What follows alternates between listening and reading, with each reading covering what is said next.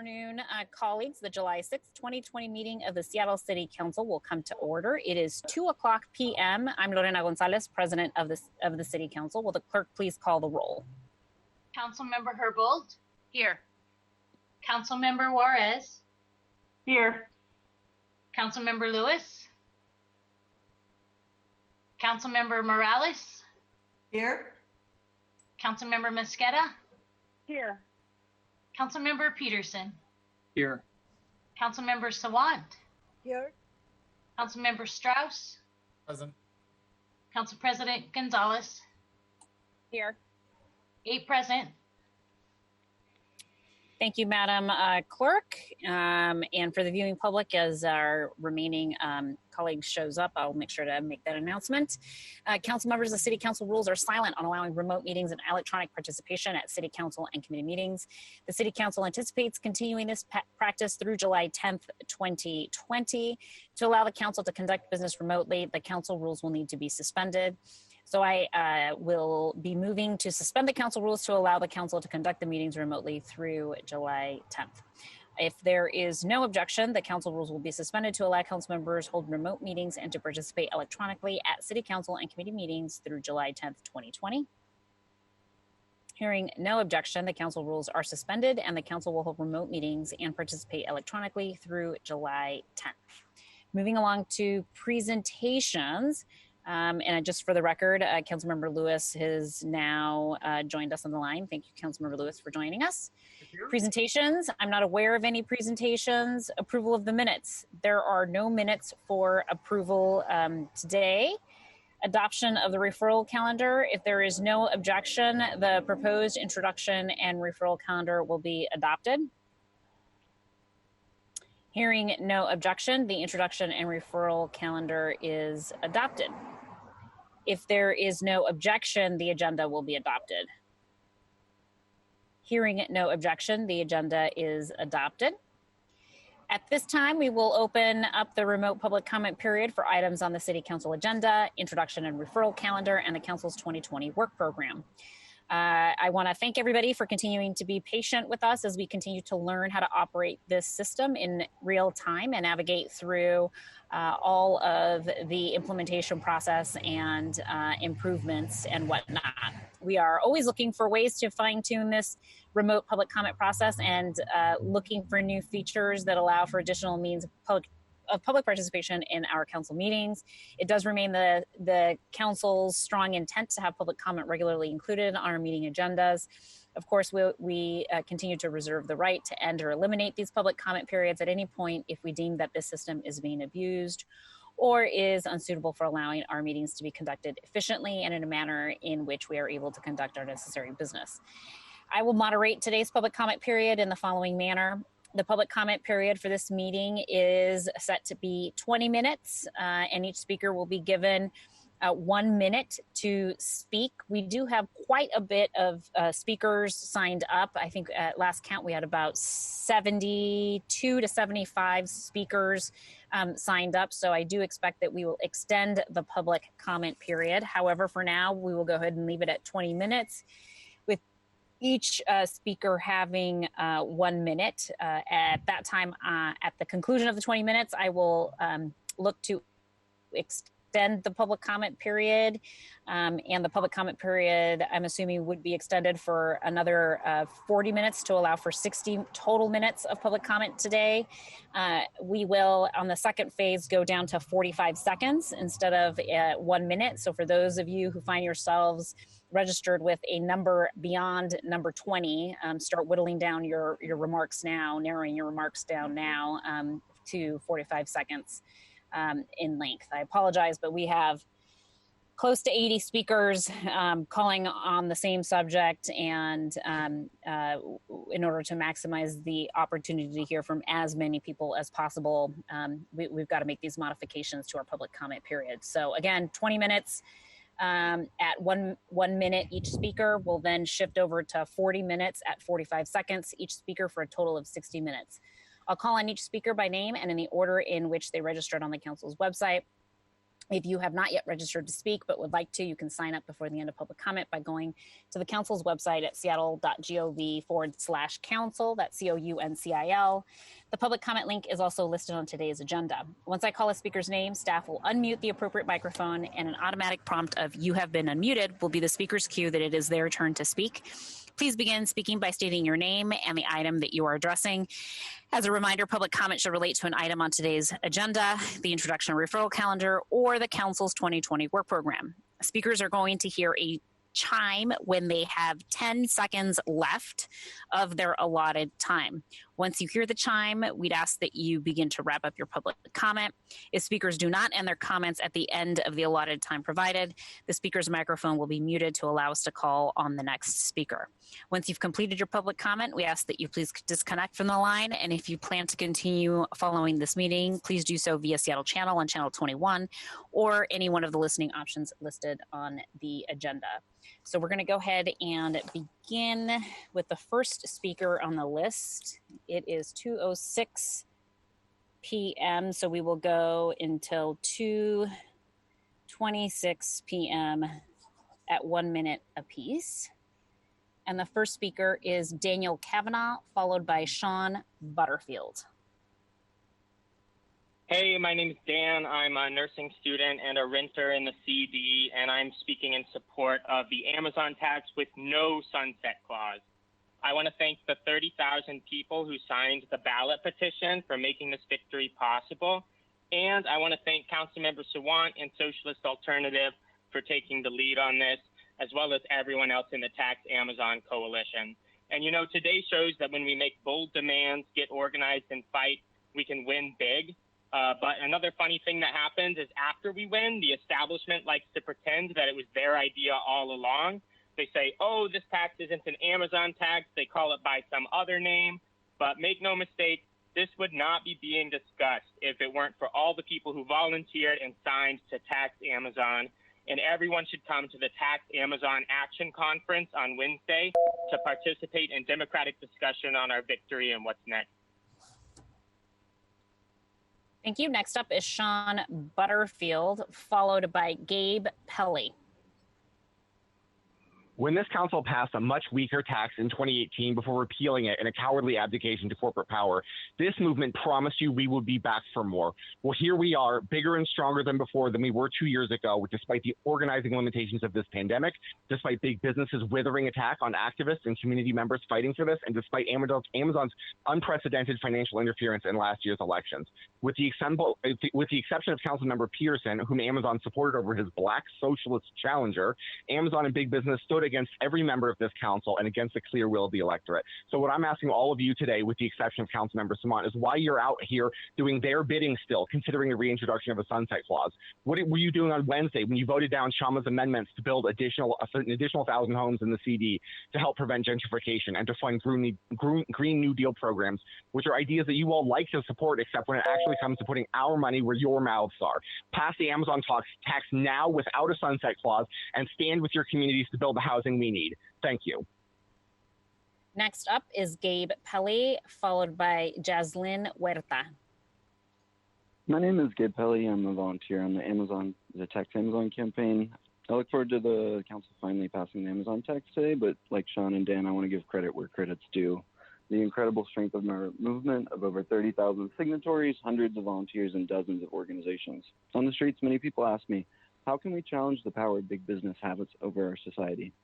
I think the Amazon tax is a resounding answer that will echo across the country, just like the $15 minimum wage. For other activists and cities looking to follow Seattle, one important lesson is our ongoing grassroots action conferences, which bring together activists, organizations, and community members around the shared goal of taxing big business that fund community needs. At these conferences, we discuss and vote on the demands and how to fight for them, independent of corporate-backed Democratic establishment politicians. Our next action conference is taking place on Zoom this Wednesday, the 8th at 6 p.m. We will decide whether or not to file our ballot initiative based on what the council passes today and discuss how we can carry this movement forward.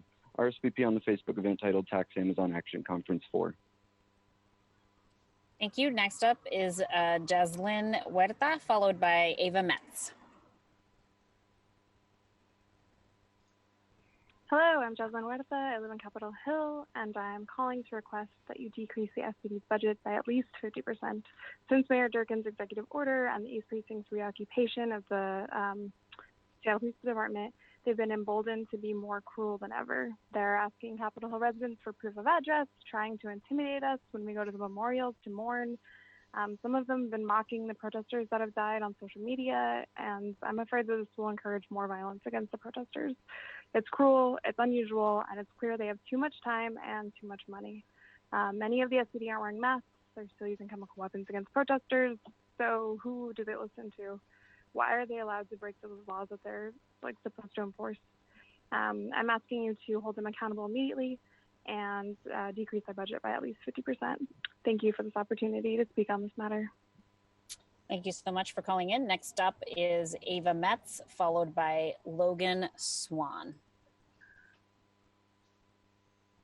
Hi, my name is Eva Metz. I'm a member of Socialist Alternative, and I'm one of the thousands of people who've been active in the Tax Amazon movement, including collecting 30,000 signatures on Initiative 131. We need to be clear that today's historic vote is happening entirely because of this movement. It's no coincidence that many of the same forces behind Seattle's landmark victory for the $15 minimum wage again played a leading role in the fight to tax Amazon, including Socialist Alternative and Councilmember Shama Sawant.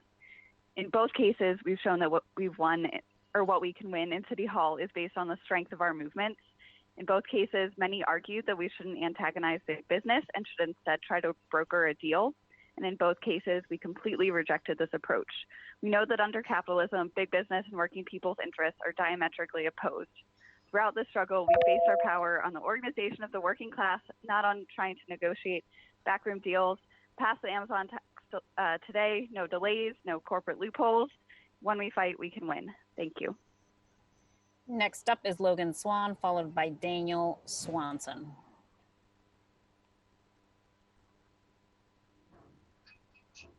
Hi, my name is Logan Swan. I'm a rank and file union iron worker out of Local 86, Seattle.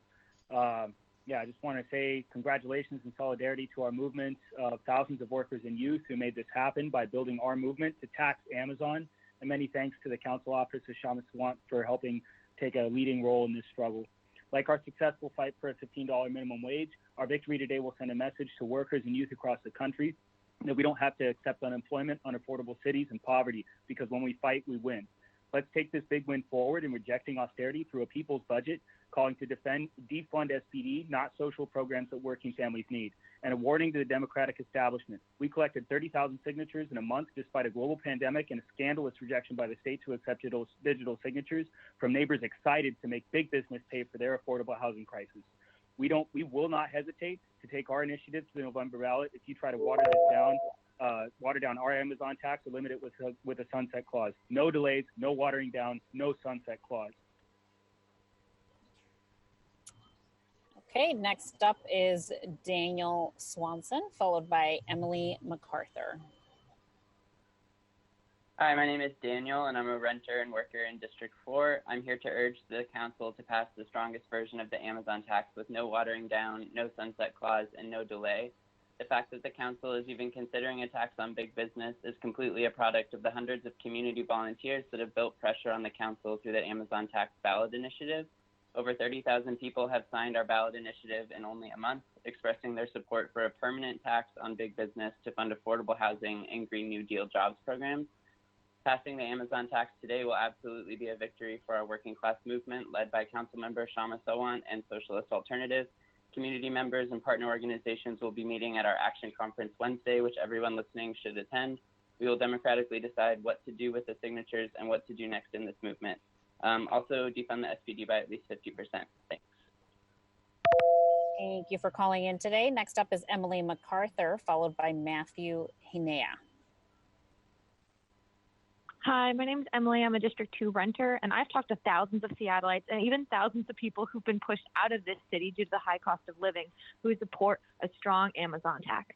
These people are demanding that Amazon and other big business who've profited off of this pandemic, who insult their workers and deny them hazard pay a tax to actually ensure that our communities are safe and invest in Black and Brown communities as well as working class families. We demand no loopholes, no sunset clauses. This victory needs to spread state and nationwide, not on some mythical promise of a regional solution that will come probably fucking never, but because of the inspiring victory that we win here today. Working people in this state have been fighting for progressive taxation since the 1930s. A sunset clause would be an insult to that movement, and it would be an attack on the thousands of people who have fought in the midst of a pandemic for racial justice and for a big business tax. Justice for Summer Taylor. We demand a defunding of the Seattle police, and we are coming for Bezos. Okay, thank you so much for calling in today. Next up is Matthew Hinea, followed by Paige Spicer. Hi, my name is Matt Hinea. I'm a software engineer in Seattle. Thank you, City Council, for bringing a big business bill to the vote today. I urge every council person to vote yes. That public support for an Amazon tax is through the roof has been obvious to everyone in the city for years. Why is it that a small group of over-dedicated volunteers gathering signatures has to do the work of joining the City Council to the actual needs of the people they claim to represent? I would also like to commend the City Council for removing the sunset clause. A sunset clause is nothing short of anti-democratic on a legislation like this. If in 10 years this law is no longer relevant, let the opposition do the work in repealing it. To force the public to prove again and again through massive effort their desire for a fair and equitable tax structure in this city, as if even a level playing field is a concession, is cruel. The housing crisis didn't start 10 years ago, and this legislation alone won't fix it. So why assume that it will be over 10 years from now? The January 2020 McKinsey report on homelessness in Seattle states that King County government needs to spend, and I quote, $450 million to $1.1 billion per year for the next 10 years on new public housing to. Thank you. Next up is Paige Spicer, followed by Alicia Lewis. My name is Paige Spicer, and I am in District 6. I am requesting that Dan Strauss and the entire City Council do the right thing and pass the payroll tax today. Do not wait. We are facing an unprecedented economic crisis from which we will not recover without big business being taxed, especially in Seattle with the nation's most regressive tax system. Amazon is a blight on our city. I was contracted there in the past and witnessed the atrocious management and abuse of their employees, the suicide attempt of an Amazon employee, the underlying employee data that contradicts all of their seemingly positive statistics around equality, and I've also been a lifelong resident of King County and watched Amazon destroy small businesses, destroy the housing market, and push lifelong residents out of the city. They must support the city that supports them. Pass the payroll tax today with no sunset clause. Also, Jenny Durkin has failed us, and we demand she immediately resign and that the City Council hold Officer Molly Clark, badge number 5677, accountable for attempted vehicular assault on protesters, and that she immediately be fired from the Seattle Police Department. Also, I demand that we defund SPD by at least 50%. I yield my time. Thank you. Next up is Alicia Lewis, followed by Josh Castle. Hi, my name is Alicia Lewis. I'm a member of Socialist Alternative, and I've been active in the Tax Amazon movement. I just want to say it's not surprising, though it's still shameful, that the Democratic establishment is trying to take credit for the Amazon tax, even though they've been fighting it every step of the way. When our grassroots movement, Socialist Alternative, and Council Member Sawant first launched our fight for an Amazon tax in Seattle earlier this year, corporate Democrats in Olympia immediately hatched a scheme to ban local cities from passing big business taxes. If our movement hadn't mobilized to defeat that ban, we wouldn't be discussing this legislation today.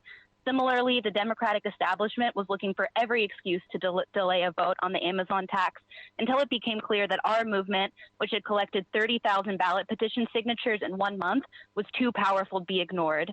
This Amazon tax is absolutely due to our movement's victory. And working people and socialists and activists, which pressured the establishment into taking action, and we're ready to fight against any underhanded attempts at a sunset clause or delay. Thank you for calling in. Next up is Josh Castle, followed by Joseph Sugru. Hi, my name is Josh Castle with Lehigh. Thank you, council members, for your vote last Wednesday on progressive revenue.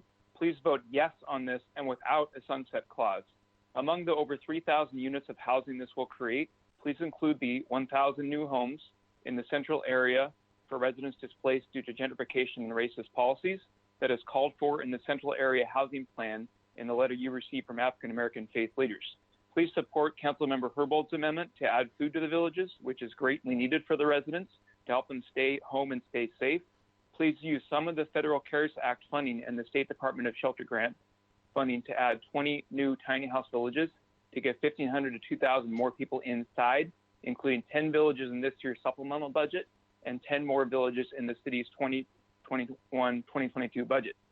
Please reallocate the massive $400 million SPD budget and reinvest at least half of these funds into Black and Brown communities and community-based investments, such as housing, employment, and educational programs. Thank you.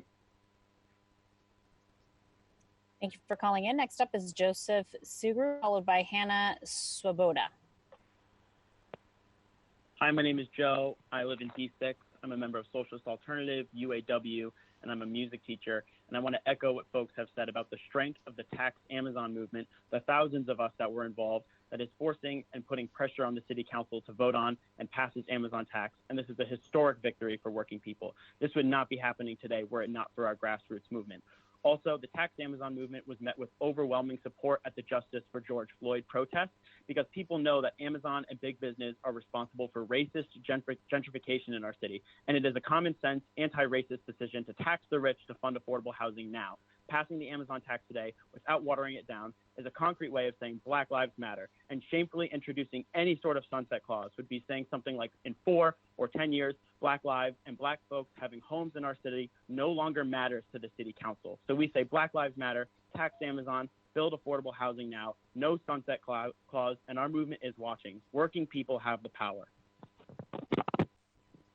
Thank you. Next up is Hannah, followed by Ellen Anderson.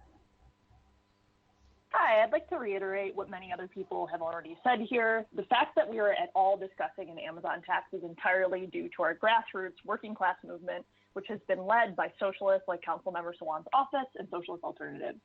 It's because of our movement collecting over 30,000 signatures for our independent ballot initiative that the political establishment has been pressured to concede on this question of taxing the wealthiest corporations. To collect those signatures, our movement has also raised nearly $180,000 through thousands of small donations from working people, with a median donation of only $27. Up against the unlimited resources of big business and their collaboration with the politicians that represent them, it's only through working class solidarity that we're able to win. So thank you to every single person who got active and helped build this tax Amazon movement. Let's keep the extra $40 million per year, no sunset clause, no delay on this vote. We're prepared to take this to the ballot if council backs down from voting yes or waters the Amazon tax down. Thank you.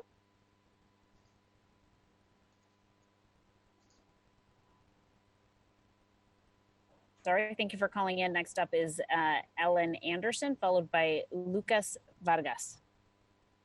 Hi, I'm Ellen Anderson in District 2. I'm calling today to echo the call of Seattleites across the city demanding that the City Council pass the strongest possible Amazon tax. Also, congratulations to the Tax Amazon movement on forcing the Democratic establishment to put forward a tax. During this crisis, we need to ensure that this tax has absolutely no loopholes, no sunset clause, and prioritizes the needs of working people, not corporations who have been pulling in profits hand over fist at the cost of working people.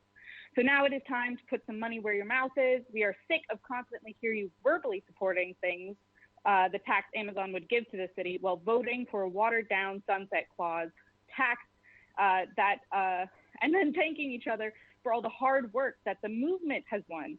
Your thank yous mean nothing to working people. We demand housing now. Hey, next up is Lucas, followed by Maya Garfinkel. I'm Lucas, a union member with UAW Local 4121 and a campaigner at 350 Seattle. I'm here to speak in favor of the Jumpstart legislation. The revenue generated by this measure will be invaluable to those who are struggling most. I urge that any amendment that adds revenue generation to this initiative be accepted and passed by the council today. In particular, the amendments that put aside funding for Green New Deal initiatives will be vital for revitalizing our city in the midst of this economic crisis. The need for relief has been articulated by thousands of people in the past 6 months, and the council must act now to demonstrate that those most vulnerable will be first served by our city. Thank you very much. Thank you for calling in today. Next up is Karen Taylor, We're going to go to Maya Garfinkel first. There we go. We're going to go to Maya Garfinkel first, and then we will hear from Karen Taylor. Hi, Maya Garfinkel, an organizer with Be Seattle. We need to tax Amazon without a sunset clause and to defund SBD by at least 50%. 50,000 may face eviction when the moratorium lifts. What do we want our city to look like? A ghost town which the wealthiest few can afford, who cycle in and out every few years? Or do we want communities who fight for their city and take care of each other? Many of these folks have already been forced to leave because of politicians' cowardice. If you do not support the broadest tax Amazon legislation and defunding SBD to fund permanently affordable housing while saying you support the uprisings across the country, you're simply paying lip service without actually fighting to make sure that low-income Black and other people of color renters are able to stay in Seattle. Tax Amazon, defund SBD. Thank you. Thank you for calling in today. Next up is Karen Taylor, followed by Rosie Daniels. Hi there, this is Karen Taylor. I am calling because it's finally the time when y'all can do the thing that we spent all this time. I mean, I should get paid. I'm doing this constantly. And finally, there's some result from that as more and more and more people get desperate and more powerful. So please pass the strongest possible tax, and thank you for finally doing what we've asked of you. Thank you, Karen, for calling in today. Next up is Rosie Daniels, followed by Jessica Scalzo. Hi, my name is Rosie Daniels. I'm a District 3 renter and part of the Tax Amazon movement.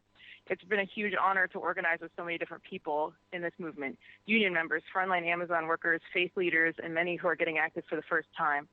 Why are we all joining together? It's because from years of budget cuts to the coronavirus crisis, the incredible courage that people have shown during the Black Lives Matter protests, we know that the city isn't going to run the way it used to. Working people can't afford that anymore. We have to fight for something better. You see it too, Council. In no universe would you be considering an Amazon tax were it not for the strength of our movement and the fact that we're fully prepared to take the Amazon tax all the way to November's ballot if you don't pass something strong enough. As a city, we must also defund SPD by at least 50%. Black Lives Matter. Thank you. I yield my time. Thank you so much. The next person is Jessica Scalzo, followed by Kira Miko. Hi, thank you. My name is Jessica Scalzo. Thank you for the opportunity to speak. I am a renter in District 3 and have been volunteering with the Tax Amazon movement. I am urging you to make sure there is no sunset clause in this big business tax, and also that it be the strongest tax we can possibly have. I'd prefer it to resemble the one that Councilmember Swant and Councilmember Morales originally came up with. I also think it's important to have the first 1,000 homes built in the Central District to offset the racist gentrification that continues to happen. We need to do much more than that. That's a good start. Please keep out any corporate loopholes, and we need Green New Deal modifications as well. It sounds like that's not going to be happening here, but I would encourage you to think twice about that. And also, please defund SBD by at least 50%. Thank you for the time today. Thank you so much. Okay, colleagues, it is 2:28 p.m. We have gone for about 22 minutes. So I am going to seek to extend the public comment period. If there's no objection, the public comment period will be extended for an additional 40 minutes, or approximately until 3:10 p.m. Is there any objection to this extension? Okay, there's no objection. So hearing no objection, the public comment period is extended until about 3:10 p.m. We are going to change the clock now from 1 minute to 45 seconds, again, with the purpose of hearing from as many people as we possibly can this afternoon. So thank you to IT for making that quick switch. Really appreciate it. And we're going to go ahead and continue on through the list here. I'm going to pop back up to the top list. It appears that our legislative IT department has matched some numbers of folks who were showing up on my list as not present, who are now present. So we're going to go back up to speaker number 3, who is Isabel Kerner. And then we will hear from Kira Miko, and then we will hear from Uma Raghavan. Hello, my name is Isabel Kerner, and I would just like to point out that we are already spending $100,000 to $150,000 for every individual on our streets. It hasn't worked. Our budget is $6.5 billion, but you keep saying that you need more money. More than a year ago, I proposed the cargo container solution. Unlike this jumpstart idea, the cargo container solution was actually a plan. The cargo container solution aimed to help thousands of individuals on Seattle streets, the majority of whom are people of color, by providing services tailored to each individual's unique needs, along with job training, employment, and a method to earn and save money to afford affordable housing via a public-private partnership, not a tax. SPD will not need such a high budget if you are able to solve the camping crisis. Therefore, I do not support taxing Amazon. I suggest working with Amazon. Okay, next up is Kira Miko, followed by Uma Raghavan. My name is Kira Miko. I'm a D3 renter and a member of Socialist Alternative. In the past month, I helped our movement gather over 30,000 signatures for our Tax Amazon ballot initiative. 20,000 of those signatures were gathered at the Justice for George Floyd protests, and this is not a coincidence. Even if the 8 city council members who voted no on building 1,000 homes in the Central District last Wednesday failed to see the connection between saying Black Lives Matter and making sure that working class Black people can actually continue to live in this city, people out at the protests do understand that racism in our city doesn't start and end with the Seattle Police Department, although we should absolutely defund them by 50% at least. In February, a UW study found that Black adults in King County are 7 times more likely to be evicted than white adults. Thousands of people in Seattle understand that racial justice must include housing justice. And as every city council member at this meeting has publicly stated that Black Lives Matter, I hope you see that too. Okay, next up is Uma Raghavan, followed by Sandy Nelson. Hello, my name is Uma Raghavan, and a tech entrepreneur at Seattle and not representing the boards of the companies I advise. I want every city council member to pass the budget committee's Amazon tax today without watering it down, with no sunset clause, no corporate loopholes, and without any further delays. It would tax big business permanently, beginning immediately, to fund COVID relief, affordable housing, and the Green New Deal. By passing the strong tax, the city council will begin to end the racist gentrification and make Black Lives Matter. You showed spine to the world by passing $15 minimum wage in 2014, and I urge you, Seattle City Council members, to pass Amazon today and make history by listening to the 30,000 citizen signatories and others in the grassroots. Thank you. Thank you so much for calling in today. Next up is Sandy Nelson, followed by David Lichter. Good afternoon. My name is Sandra Nelson, and I'm director of Prem ABC Child Care Center in Southeast Seattle, and a member of the Kids First Washington. I'm here to support Jumpstart Seattle because we need grants. Since March 20, we have been open only to children of essential and first-line workers. We have just reopened our center to our other families this month, in which 80% are on child care subsidy, and we're seeing a vacancy rate of 30% because many of our families haven't gone back to work. We ask that you please give us grants so that we can keep the centers open. Thank you so much for calling in. Next up is David Lichter, followed by Alice Lockhart. Hi, I'm David Lichter, a lifelong Seattleite, and I'm addressing Council Bill 119810. Spending has only increased year after year with little or no results when it comes to issues such as homelessness and housing. We have yet to see a realistic approach that starts with fiscal accountability. Groups like Speak Out Seattle brought multi-district points of view and support for accountability as to how our tax dollars are spent. I am alarmed that Council Bill 119810 was not given to the people of Seattle by means of a vote on the ballot. This is woefully against the will of the people to have their voices heard, and I do appreciate the work of Council Members Juarez and Pedersen for wanting to uphold our right to vote on this tax. I urge the Council to amend this tax and allow the people of Seattle to use their voice via the ballot box. This way we'll know for certain what the collective constituency thinks of the tax and on the ideas of collaboration, accountability, fiscal responsibility, and evidence. Thank you so much. Next up is Alice Lockhart, followed by S. Charushila. Charushila. Hi, this is Alice Lockhart. I'm an organizer with 350 Seattle, After centuries of inequality and structural racism and decades of regressive taxes, we are now in a moment of unprecedented crisis and unprecedented need, but also unprecedented awakening to that need. Council, you truly can go much bolder right now. We strongly support Amendments 20 and 20C, which would realize more badly needed revenue by taxing our biggest businesses and our most overpaid executives just a little bit more. We also support exempting nonprofit healthcare and ending the sunset and so-called level playing field clauses that could hobble this legislation when it's so very much needed. We need this relief right now, so please no on the whole ballot measure idea. Thank you. Thank you for calling in today. Next up is S, followed by Brendan McGovern.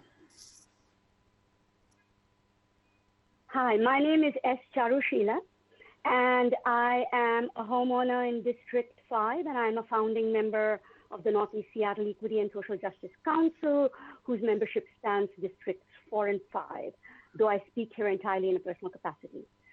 Since I became part of a multiracial cross-class coalition aimed to remind our council members in Districts 4 and 5 that beyond Windermere, there is Sandpoint housing when Charlene Lyles is built. As an economist, I feel gaslighted and insulted when representatives who told us they couldn't help us with Sandpoint housing because of revenues now do not vote for the very taxes we need for the revenues. Vote for the tax, get the revenues, follow up on your promises to us. Thank you so much for calling in today. Next up is Brendan McGovern, followed by Beatrice Lacombe. Hi, my name is Brendan. I'm a renter in District 4, a substitute music teacher with Seattle Public Schools, a member of Socialist Alternative, and I've been active in the Tax Amazon movement for the past few months. It's been incredibly inspiring to hear so many, to talk to thousands of voters to hear how widespread support is for a big business tax for housing in Seattle. If Black Lives Matter, then invest in Black communities by building affordable homes and don't end it with a sunset clause. Did we put a sunset clause on Black suffrage or on ending racist redlining when we made it illegal in the 60s? Racial justice is housing justice. Shame on all the council members who voted against Shama's amendment last week to build 1,000 affordable homes in the CD. Vote yes on the Amazon tax and no to any sunset clause. Defund SPD by 50%. Black Lives Matter. Thank you. Thank you so much for calling in today. Next up is Beatrice Lacombe, followed by Sujata Ramni. Hi, I'm a District 6 renter. I'm extremely disappointed that the council did not support an amendment to build 1,000 homes in the Central District, which would disproportionately benefit Black working class people. Shame on every council member who's tweeted in support of Black Lives Matter, but refuses to do what is necessary to save Black lives. You owe it to the working class of Seattle to fight racist gentrification caused by corporations like Amazon. How dare you pretend to support Black lives otherwise? I'm also here to urge you to not pass a sunset clause on this bill, and I want to emphasize that this is the Tax Amazon movement's victory, not the victory of corporate Democrats. This is an incredible victory for working people and socialists. For-profit housing is a blight upon humanity, and we demand permanent, well-funded social housing. Thank you. Next up is Sujatha Ramni, followed by Anjali Ari. Hi, good afternoon. My name is Sujata. I'm a volunteer with the Coalition of Seattle Indian Americans. Our group follows the lead of the King County Equity Now Coalition. I'm here to insist that the council pass the Amazon tax with no delays and no watering down, and make sure that you keep the sunset clause out. We need a permanent tax on big business in the city. Make Black Lives Matter by passing this tax and meet further demands of the King County Equity Now Coalition to begin to end racist gentrification. And last but not the least, as next steps, you must impeach Mayor Durkin for the police department's terrorism actions on the protesters in Seattle. Thank you. Thank you for calling in. Next up is Anjali, followed by Timothy DeLitt.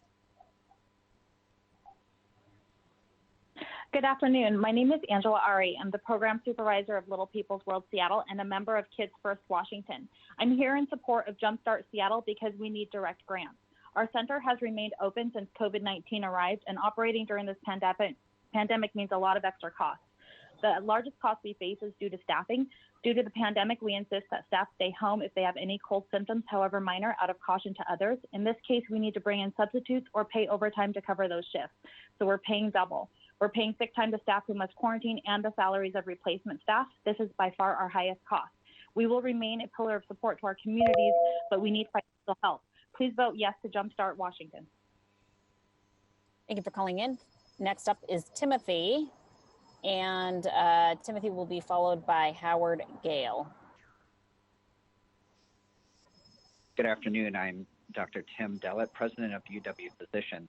UW Physicians is a nonprofit organization and part of UW Medicine, made up of physicians providing care at Harborview Medical Center, UW Medical Center, Valley Medical Center, as well as Seattle Cancer Care Alliance and Seattle Children's Hospital, providing critical safety net care for vulnerable populations as well as significant uncompensated care. Councilmember Muscada's amendment would provide a partial exemption to the tax that would benefit the continued practice of UW Physicians at a critical time serving our community. I respectfully request the council's support of this amendment. Thank you. Thank you for calling in. Next up is Howard Gale, followed by Teresa Homan. Hi, this is Howard Gale from Lower Queen Anne. The abuse and terror unleashed on protesters over the last few days by the SPD is part of an unrelenting and worsening pattern. The SPD is demonstrating profound contempt for both free speech and for any attempt by the council to hold them accountable. I warned about this when council attempted to ban SPD's weapons rather than banning their actual practices a few weeks ago. The council must now do two things that the Community Police Commission has assiduously avoided in the last 5 years. One, call for broad public community meetings to address police violence, the very opposite of what the Community Police Commission actually voted for last week. And two, confront a distinction between what crowd control means and enabling free speech activities. Thank you. Thank you. Next speaker is Teresa Homan, followed by Robert Gale. Hi, my name is Teresa Homan, and I'm with Lehigh. I first want to thank council members Sawant, Morales, Mosqueda, Gonzalez, Lewis, Herbold, and Strauss for your vote last Wednesday on progressive revenue. Please vote yes today without a sunset clause. Also, please support Councilmember Herbold's Amendment 2 to CB 119816 to add food to the villages where the need is great, especially during COVID-19. Thanks. Going forward, please consider including the 1,000 new homes in the central area for residents as outlined in the letter you received from the African American faith leaders. And finally, please add 20 new house villages, tiny house villages. Thank you so much. Bye-bye. Thank you, Teresa, for calling in. Next up is Robert Gale, followed by Daniel Wang. Hello, I've been a homeowner in District 4 for more than 20 years. I want to urge the council, particularly my D4 representative, Alex Peterson, to approve this payroll tax with no sunset clause or ballot initiative. I am a well-paid high-tech worker. This tax precisely targets businesses like the one I work for who are doing fine in this economy. We're not laying off people. We are continuing to hire and thrive. So we can easily afford to contribute more to support the communities that attract the employees that make our business possible and ensure they can afford to live here without having bought a house 20 years ago. This is not going to force companies to relocate outside of Seattle. Thank you so much for calling in today. Next up is Daniel Wang, followed by Daniel Sims. I'm a student in District 4 and a member of Socialist Alternative. Last Wednesday was an incredible victory for the Tax Amazon movement. Make no mistake, the $240 million tax being voted on today is not big enough. It should have been amended on Wednesday to fill our city budget holes, fund Green New Deal initiatives, and build housing into CD in solidarity with the Black Lives Matter movement. But it is over 3 times the size of the original head tax that got watered down and then repealed in 2018. And the reason for this disparity in outcomes is not that the taxes were written or structured differently, or that our elected politicians finessed an agreement with big business.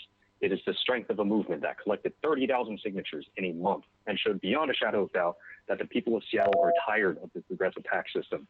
If the Amazon tax is not passed today with no sunset clause, remember that this ballot initiative exists and that we made it happen. Oh, and defund the SPD already, Jesus Christ. Okay, next up is Danielle Sims, followed by Kevin Vitz Wong. Hello, my name is Danielle Sims. I'm a renter in District 8.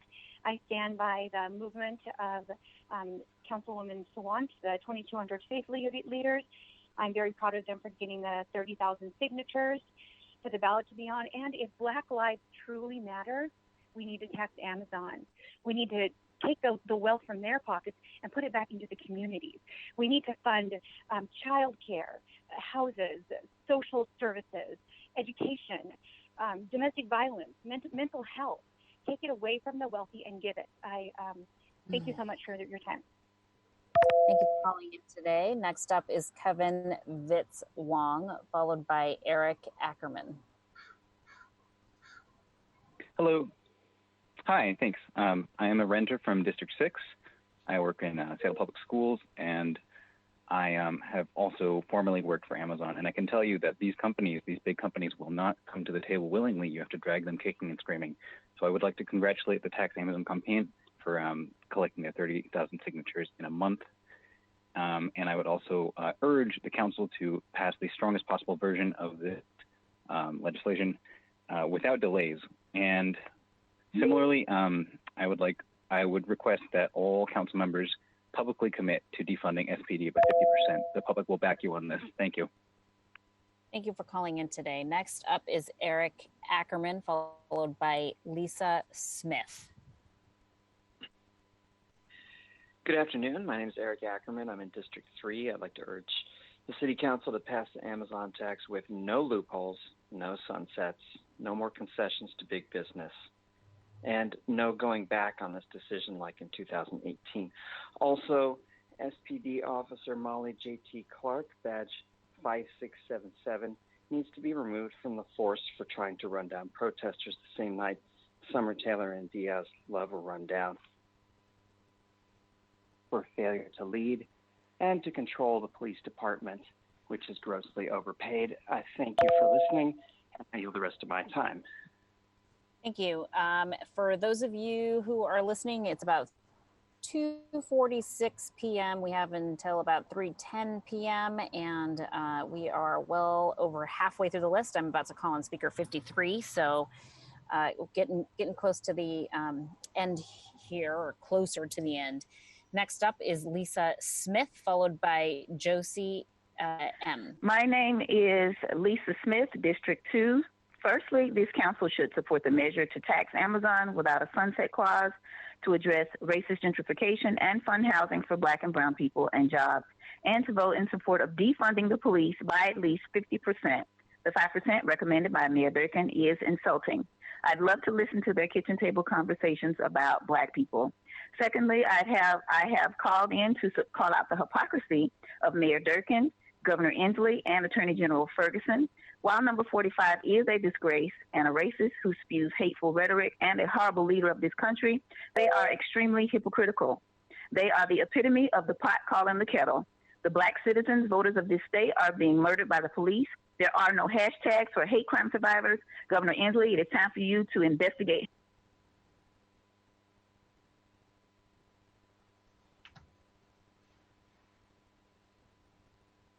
Thank you for calling in. Next up is Josie M, followed by Indu Nair. This is Josie M, District. Hi, this is Josie M, District 1. I am calling to say tax Amazon, no sunset clause, and we need to defund and de-radicalize our police. We saw over the weekend citizens being demanded to show their ID to police to get into their own houses, being threatened to be arrested for living in their community, while at the same time, the police provided a white supremacist group with protection walking through the area of the former CHOP, arresting protesters who were angry that Nazis were walking on their streets. We have seen the police become a right-wing gang, and defunding is important, but we have to consider where is that hate going to go when they're defunded. We need to have an active program to make sure that our police are not going into the community with extremist mindsets. Thank you so much for calling in. Next up is Indu Nair, followed by Matthew Smith. Hi, my name is Indu Nair. I insist that the City Council pass the Budget Committee's Amazon tax. No delays and no watering down. Please keep the sunset clause out. We need a permanent tax on big business. Please show that you mean it when you say that Black Lives Matter by passing this tax and end racist gentrification. I also want Mayor Jenny Durkin to resign, for her moral failure in ordering a military-style violent attack by Seattle Police Department on the citizens of Seattle during peaceful protests in solidarity of Black Lives Matter. And defund SPD. That's the least you can do to terrorists and murderers. Thank you for calling in today. Next up is Matthew Smith, followed by Gabriel Mahan. Hi, my name is Matt Smith. I'm a renter in District 2. I'm a member of Socialist Alternative, and I also work for Amazon as a cargo handler full-time. And like hundreds of other Amazon workers in Seattle, I am a strong supporter of the Amazon tax movement. I'm one of the 30,000 voters who have signed the petition to get an Amazon tax on the ballot, and we are prepared to fight all the way to November if the council fails to pass a strong Amazon tax today. And it is absolutely because of the strength of this movement that we're even having this discussion today. Since March 1st, Jeff Bezos has increased his wealth by $60 billion. Amazon's stock price has skyrocketed, but Amazon workers like me have not seen that wealth, and neither has our community. So I urge the council to stand with working people, stand with renters, stand with people of color, and not Jeff Bezos and corporate landlords. Pass a strong Amazon tax without a sunset clause. Thank you. Thank you. Next up is Gabriel, and then we will hear from Walker Thomas. Hi, my name is Gabriel. I'm a resident of District 3 and a renter in Capitol Hill. I want to say that this is my first time giving public comment and getting involved. I think the Tax Amazon movement has shown its strength in getting citizens like me engaged in areas where they otherwise wouldn't. As a senior software engineer and tech professional, I can say that it is a myth that tech workers do not support this tax. The overwhelming support of the people and tech workers is for this tax, and I urge the council to vote for it without delay, without loopholes, and with no sunset clause. I yield my time. Thank you. Next up is Walker Thomas, followed by Dick Schwartz.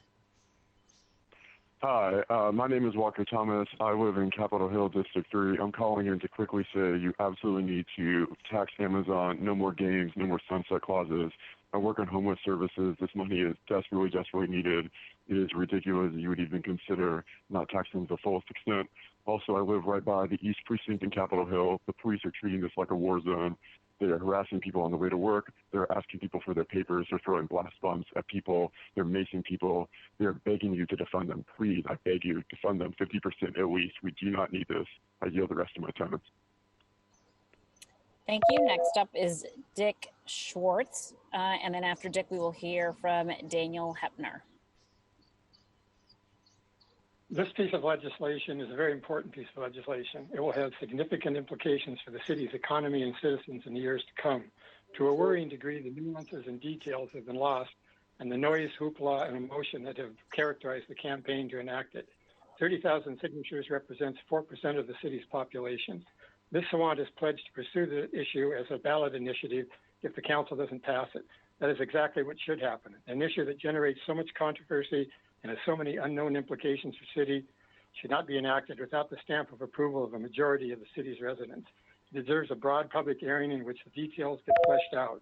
An issue of this significance should be decided by the city's 780,000 residents, not 9 individuals who are subject to pressure from any number of special interest groups. Thank you. Okay, next up is Daniel Hepner, followed by Brent Bartlett. My name is Daniel. I'm an electrical engineer living in District 6. I support the proposed payroll tax. However, I would love to see transportation funding included in the proposed expenditures. The proposed transportation benefit district going on the ballot only provides 1/4 of the bus service as the old one. Between 2008 and 2016, lowering vehicle miles traveled was the single biggest source of emissions reductions in Seattle, while other cities saw a drop in ridership. Cutting public transit will very quickly upend that decade of progress the city has made on decreasing vehicle miles traveled and increasing equity. Transit shouldn't be ignored, especially as its cost is a drop in the bucket compared to the other very important needs that the city has. Thank you for calling in today. Next up is Brent Bartlett, followed by Thomas Meeks. Hi, I'm a renter in District 4. I support taxing big business with no delays, no watering down, and no sunset clauses. Since moving to Seattle 5 years ago, I've been living paycheck to paycheck, and I've come close to being homeless myself twice. I was fortunate that I have not become homeless, but homelessness is obviously rampant in Seattle, and I view it as an intolerable situation that has been somehow not been resolved yet, and I view that this is one step in that direction, but we need many more steps, and I'm afraid that the current crisis has exasperated. Thank you for calling in today. Next up is Thomas Meeks, followed by Christina Nylander. Hello, my name is Thomas Meeks. I'm a resident in West Seattle. I'm calling in support of the Jumpstart program. I think it's a big step in the right direction, and I think you all should be very proud if that passes today. I'm also calling because listening to the council briefing this morning, it was very obvious that most of the council is disgusted and dismayed at the actions of Mayor Ginny and the SPD. And it really leaves me with the question as to why the council isn't moving forward with removing Mayor Ginny. It's obvious that she's told us who she is. We need to believe her. And it's obvious that nothing's going to change until some extreme political pressure is placed on her to make the situation change. People have died. It's time to get really serious. Thank you. Thank you so much for calling in today. Next up is Christina, followed by Ana Bonilla. Hello, my name's Christina Nylander, and I'm on the steering committee of the Working Families Party, and I'm a renter in District 3. I'm asking that you pass the Jumpstart legislation with no sunset and with specific provisions for housing in the CD. So you all have a responsibility to do something about gentrification, because not only does Amazon drive gentrification, but the council also has had a huge role. This weekend I learned about a program from the early 90s called the Weed and Seed Program, which Black folks were fighting because they knew that it was going to basically decimate the community back then, which it ultimately did. And I think that you all have an opportunity now to really think about reversing that in some meaningful ways. So yes, please defund the police, follow the leadership of Black-led organizations to reinvest the money thoughtfully. Thank you for your time. Thank you so much for calling in today. Next up is Ana Bonilla, followed by Liz Agee. Hi, good afternoon. My name is Ana Bonilla, and I'm with Enterprise Community Partners, and I'm here today to ask you to vote yes on Jumpstart Seattle. We've been in an ongoing housing crisis, and we are currently in a COVID-19 health crisis, and before us is an unfolding economic, social, and moral crisis. As we start to look at how we can recover, I urge you to remain steadfast and take bold steps toward an equitable and inclusive recovery. We know that austerity will only result in years enduring the consequences of cuts to critical programs that will disproportionately affect low-income communities and people of color. Passing progressive revenue is one part of a large recovery strategy, which must include defunding police and commercial systems and the equitable distribution of our current resources. Thank you to the Budget Committee for voting this out, and I urge you to vote yes today. Thank you. Thank you for calling in today. Next up is Liz, followed by Khan Hassan. Thank you. My name is Liz Agee, and I'm here from International Community Health Services, a federally qualified health center with 11 sites around Seattle and King County. I'm here to address the Jumpstart Seattle payroll tax and amendments related to the nonprofit healthcare providers. And we ask that you fully consider the work that community health centers do to serve our city's most vulnerable residents and ensure that community health centers have a clear and full exemption from these ordinances. Nonprofit health centers like ICHS are crucial access points for people seeking high quality and affordable health care that they cannot get anywhere else. Prior to COVID-19, over 60% of our patients were on Medicaid and 11% had no insurance at all. But we now operate our clinics at a severe loss. But federal funding for general losses has yet to be secured, and the extra tens of thousands of dollars paid over each of the next few years will break ICHS with unaffordable expenses on top of these financial losses. Thank you, Liz, for calling in today. Please do feel free to send us the rest of your remarks. I know that 45 seconds is not enough for everybody to get everything out. I appreciate your all's flexibility on the line. It is 2:59 p.m. And it looks like we will be able to hear from everybody who signed up for public comment today. And I think that that is really important for us to be able to hear from as many folks as possible.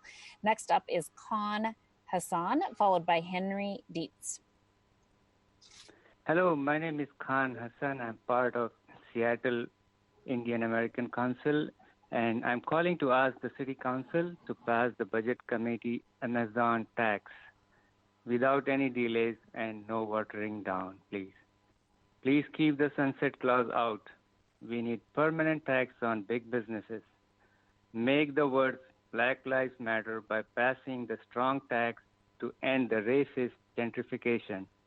Defund SPD by at least 50%, and no more SPD training in the state of Israel. No more SPD training in the state of Israel. And finally, Mayor Durkan must resign now. Thank you. Have a nice day. Thank you for calling in. Next up is Henry Dietz, followed by Jacob Vale. My name is Henry Dietz. I'm a renter in District 3, and I'm here to ask the council to pass the payroll expense tax. The city is facing a three-pronged emergency due to COVID-19 being public health, housing, jobs, and income. There's no way the city can recover and create revenue without taxing big business, especially with us having one of the most regressive tax systems. The tax rate for this bill is modest and only applies to the top 2% of businesses, but it would be life-saving for Seattle residents who are out of jobs or frontline workers risking their lives every day. The revenue from these taxes would help fund the Green New Deal, create affordable housing, and would provide assistance for so many people. It's time for the city to care more about its people and its residents rather than big businesses and how they would view them. I ask that you pass this bill as is, no delay, no poison pills, and with no sunset clause. The people of Seattle affected by COVID-19, gentrification, displacement need affordable housing, income assistance, and union jobs. Thank you for calling in. Next up is Jacob Vale, followed by Jordan Quinn. Hi, my name is Jacob Vale. I'm a resident of Washington State. I'm calling in support of the Amazon tax for a couple of reasons. One, for most of what everybody has said here today. And the second is we have to come up with an actual plan to make things work. And in order to do that, we have to fund things from businesses like Amazon in order to give back to the community in the way that it deserves. Defunding the police means rewriting the police, giving that a voice to the people and to set up different options so the police department aren't responding to non-emergency issues. I yield. Thank you for calling in today. Next up is Jordan Quinn, and then we will hear from Tim Iman. Hi, my name's Jordan Quinn. I'm a voter and renter in District 2. First, I'd like to say huge thank you and congratulations to Councilmember Shama Sawant and all the activists who have fought for this vote on the Amazon tax. And just the only reason that we're here today is because of the countless hours of signature gathering and protesting against racist police and democratic discussions and debate in our movement. At all of the action conferences of our movement that I went to, I saw Shama every time. I saw Tammy once, but not a single other council member who touts a collaborative approach, bringing together stakeholders or whatever you say for this watered-down version of what our movement fought for this whole time. It shows the stakeholders that Jumpstart Seattle brought together doesn't actually include us, and I urge you to pass the Amazon tax without any loopholes, no sunset clause, and if Black Lives really matter, then actually...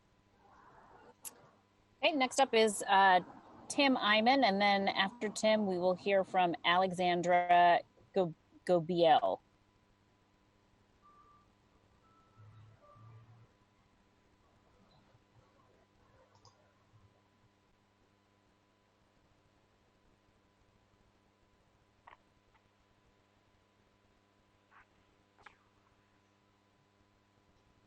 Hello? Do we have the next speaker queued up, IT? I have Tim Iman listed as ready to speak, ending at 5295. All right, let's go.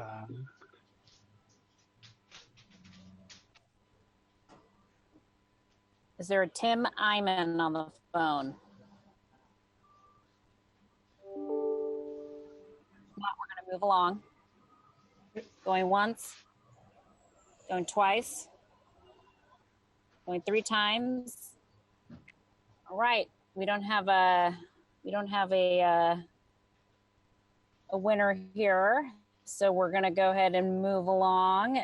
Next up is Alexandra, followed by Melinda Gonzalez. Hello, my name is Alexandra. I'm a District 1 renter, a mental health counselor, and small business owner.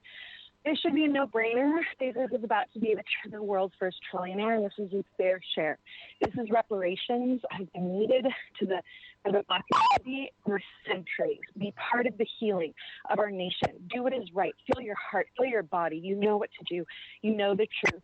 We can reallocate funds to communities of color and their health and education and their safety, and defund the violent racist police department.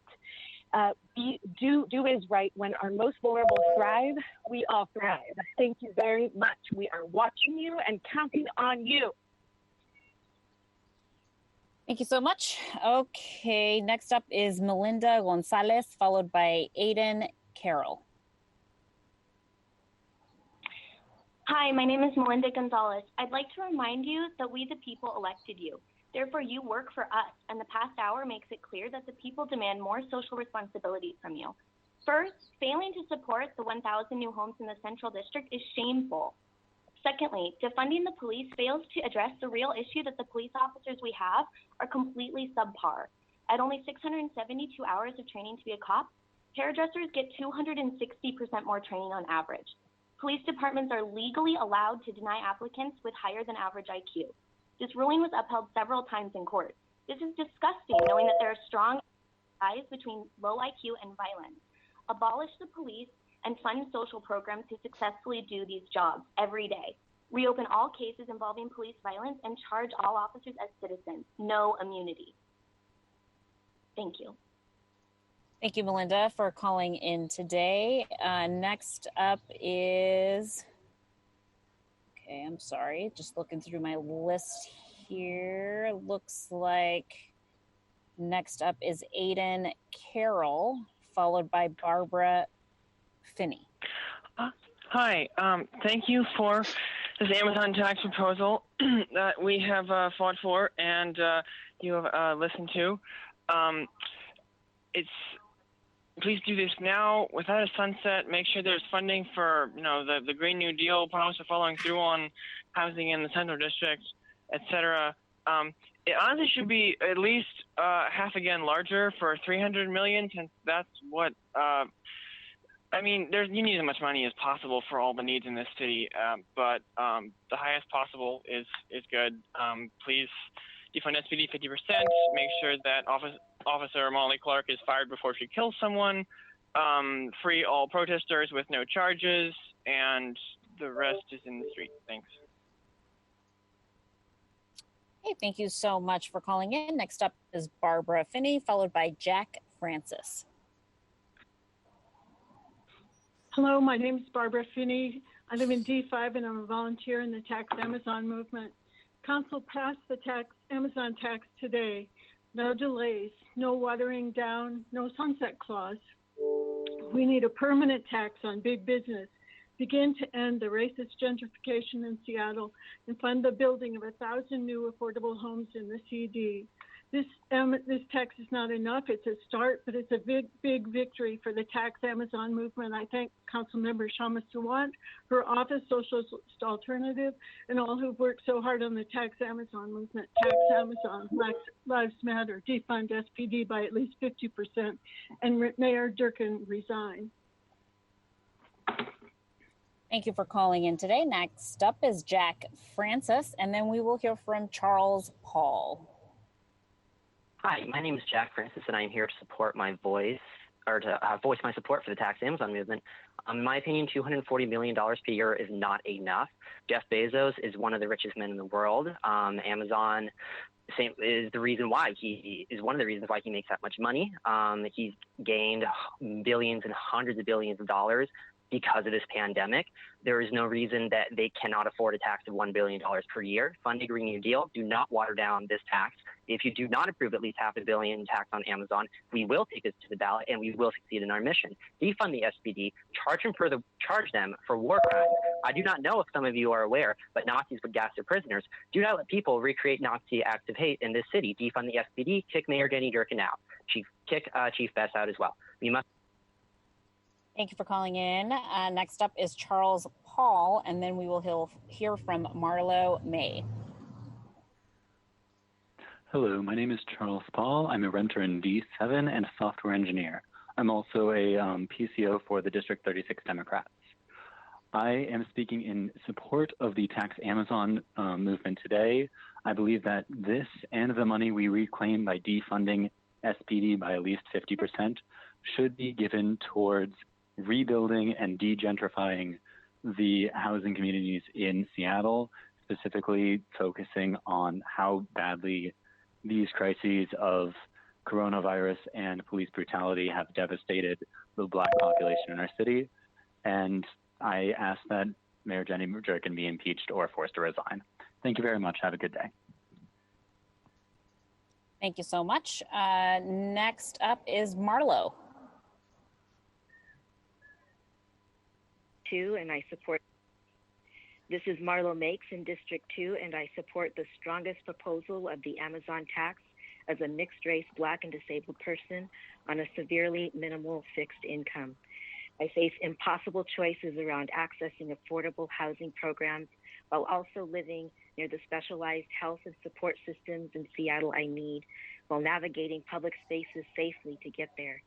I also support firing Mayor Durkin for her reckless and assaulting leadership in reaction to protests, and defund the police, and center the voices of Black, brown, disabled, homeless, and low-income people in every step of your decision-making for restorative and restitutional investing those funds back into the community. Also, free all detained protesters and do so without charges. All Black lives matter. I relinquish my time. Thank you so much. I'm going to do a quick review of my public comment sheet here to see if there's anyone else who has showed up as present since we started our meeting. And it sounds like, okay, let's see.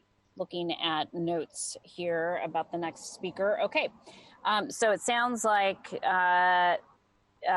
there was some kind of technical challenges or challenges in general with one of the speakers that I called on earlier. So we're going to go ahead and I'm going to go ahead and call on him again. The next speaker and the last speaker signed up for today before the close of public comment is Tim Eyman. Yeah, my name is Tim Eyman, and I am a lifelong resident of Washington State, and I adamantly oppose the socialists who want job-killing jobs tax. It is only going to extend the economic calamity that Inslee's lockdown has already inflicted on struggling working families, and it's only going to hurt the very people that Sawant claims that she wants to help. I mean, Kashama Sawant, you should be in jail. You shouldn't be behind that microphone. I mean, you are a limousine socialist. Your ideas have not worked in state history and world history. It is an absolutely horrible idea that you think that somehow you're not going to drive out all these employers out of the city. This is absolutely destructive ideas. You're Governor Sawant, Mayor Sawant. You're actually not a city council member. You're running the whole show. All right, that was our last speaker who signed up for public comment today. I'm going to look one more time on my public comment sign-in sheet. Just let it be known that we welcome anyone to provide us with public comment here at the Seattle City Council, where we truly believe in democracy and having an opportunity to hear voices, and really appreciate everybody who called in and the overwhelming amount of folks who called in to speak in favor of the Jumpstart Seattle proposal. Looking forward to having that discussion in a few moments. Looks like nobody else is here. I'd like to ask IT to please confirm that we don't have any other folks signed up for public comment today.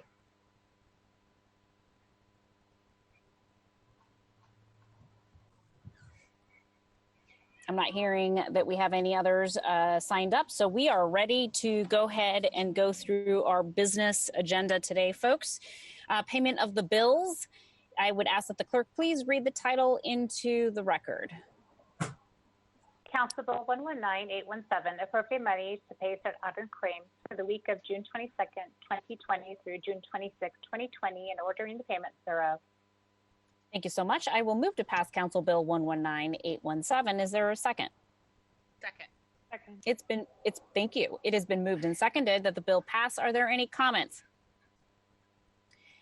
Hearing no comments, will the clerk please call the roll on the passage of the bill? Herbold. Aye. Juarez. Aye. Lewis. Aye. Morales.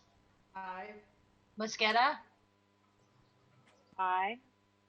Peterson. Peterson. Sawant. Aye. Strauss. Aye. President Gonzalez. Can you please call on Councilmember Peterson one more time? Yes, Councilmember Peterson.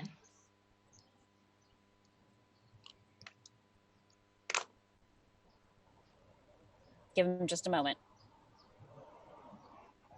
Aye. We cannot hear you. Try again. Can you hear me now? Yes, thank you. Yes, aye. Okay, and Council President Gonzalez. Aye. That's 9 in favor, none opposed. Thank you so much. The bill passes and the chair will sign it. Will the clerk please affix my signature to the legislation on my behalf? Thank you so much. Okay, folks, we're going to go ahead and dig into committee reports of the City Council. We'll start with Agenda Item 1. I'd ask that the clerk please read the short title of Agenda Item 1 into the record. Agenda Item 1, Council Bill 119814, relating to the funding for housing and community development programs, adopting a substantial amendment to the City of Seattle 2019 Annual Action Plan Amendment to the 2018 through 2022 Consolidated Plan for Housing and Community Development, and authorizing its submission to the United States Department of Housing and Urban Development. Thank you so much. Okay, I will move to pass Council Bill 119814. Is there a second? Second. It has been moved and seconded to pass the bill. Councilmember Mosqueda, you are the sponsor of this bill, so you are recognized in order to address this item. Please. Thank you, Council President. This legislation adopts amendments to the city's 2019 annual action plan to detail how the city will spend approximately $8.9 million in federal funds allocated to the city through housing and urban development for COVID response, including CBDG funds, ESG, and housing opportunities for people with AIDS or the HOPWA grant. These funds were appropriated by the council through ordinances 126074 and 126084 passed in May. Funds have been allocated to the Human Services Department, Office of Housing, and the Office of Economic Development to prevent, prepare, and respond to the coronavirus. These funds will support emergency rental assistance, grant payments to small businesses, and meal programs for people experiencing homelessness. In order to enter into grant agreements with HUD and to receive the funds, we have been directed to amend our most current annual action plans to reflect these appropriations. You will note that we approved the 2020 annual action plan in May. However, since the grant agreements for the 2020 annual action plan have not yet been executed by Housing and Urban Development, the 2019 annual action plan is still our current plan, and therefore we must amend that plan to receive these HUD COVID emergency funds. Last week, we held a public hearing on the legislation on Monday. Thank you to the folks who testified on that. This legislation is considered part of the budget rebalancing package. However, it is scheduled for a vote today because adoption of amendments to the annual action plans are required before these funds can be distributed. Thank you, Madam President. Thank you so much, Councilmember Mosqueda. Are there any additional comments or questions on the bill? Councilmember Herbold, please. Thank you. I just want to highlight for folks both in our renter communities as well as to the folks who are providing rental housing to renters that this amended plan clearly states that the $1.4 million that the council previously moved away from rental assistance towards shelter will be spent on rental assistance. This plan will help ensure that desperately needed resources for homelessness prevention and rental assistance are restored, I think as we originally intended a couple weeks ago now. Thank you. Thank you so much, Councilmember Herbold. Any other questions or comments on the bill? Okay, hearing none, I would ask that the clerk please call the roll on the passage of the bill. Herbold. Aye. Juarez. Aye. Lewis. Aye. Morales. Aye. Mosqueda. Aye. Peterson. Aye. Sawant. Aye. Strauss. Aye. President Gonzalez. Aye. 9 in favor, none opposed. Thank you, Madam Clerk. The bill passes and the chair will sign it. Will the clerk please affix my signature to the legislation on my behalf? Okay, folks, we're going to move on to item 2. Will the clerk please read agenda item 2 into the record? The report of the Select Committee on Budget. Agenda item 2, Council Bill 119116, relating to the city's response to the 2020 COVID-19 crisis, amending ordinance 126000, which adopts the 2020 budget, accepting funding from non-city sources, changing appropriations to various departments and budget control levels, all from various funds in the budget, declaring an emergency, and establishing an immediate effective date, all by 3/4 vote of the City Council. The committee recommends that the bill pass as amended, with an abstention from Councilmember Sawant. Thank you so much for that reading into the record, Madam Clerk. So, Councilmember Mosqueda, as chair of the committee, you are recognized in order to address this item. But before I do that, Madam Clerk, do I need to move for the passage of this bill? The committee recommendation is the recommendation that the City Council will take up, which is the recommendation that the bill passes amended. Do I need to make a formal motion? No. Thank you so much. Councilmember Mosqueda, as chair of the committee, you are recognized in order to address this item.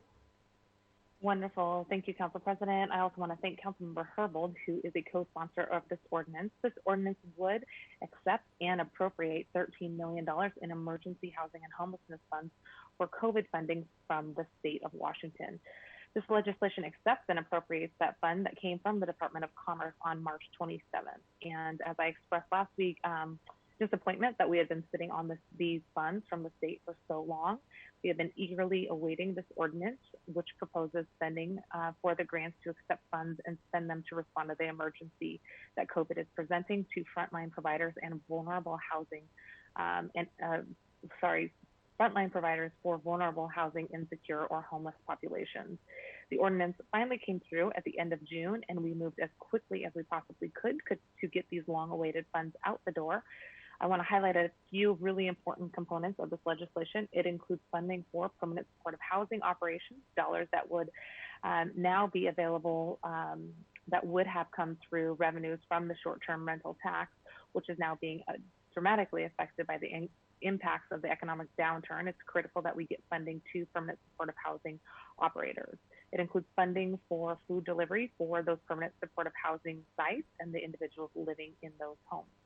It includes funding for substantial, unexpected additional COVID-related costs incurred by our shelter and hygiene center and permanent supportive housing providers, and we need to get these dollars out the door as soon as possible. And it includes funding for shelter de-densification and hygiene services and funding for senior food and meal delivery programs. CDO and central staff provided a presentation on this legislation at the Budget Committee on Wednesday, and I'm enthusiastic about this. Thanks again, Councilmember Herbold, for your ongoing work with us on this legislation. Wish we would have been able to get it out the door in March, and here we are getting it out as fast as we possibly can. Looking forward to hearing back from those providers as soon as they get those dollars in hand. And even then, we know that it's not enough, which tees up our ongoing conversation about revenues to come soon.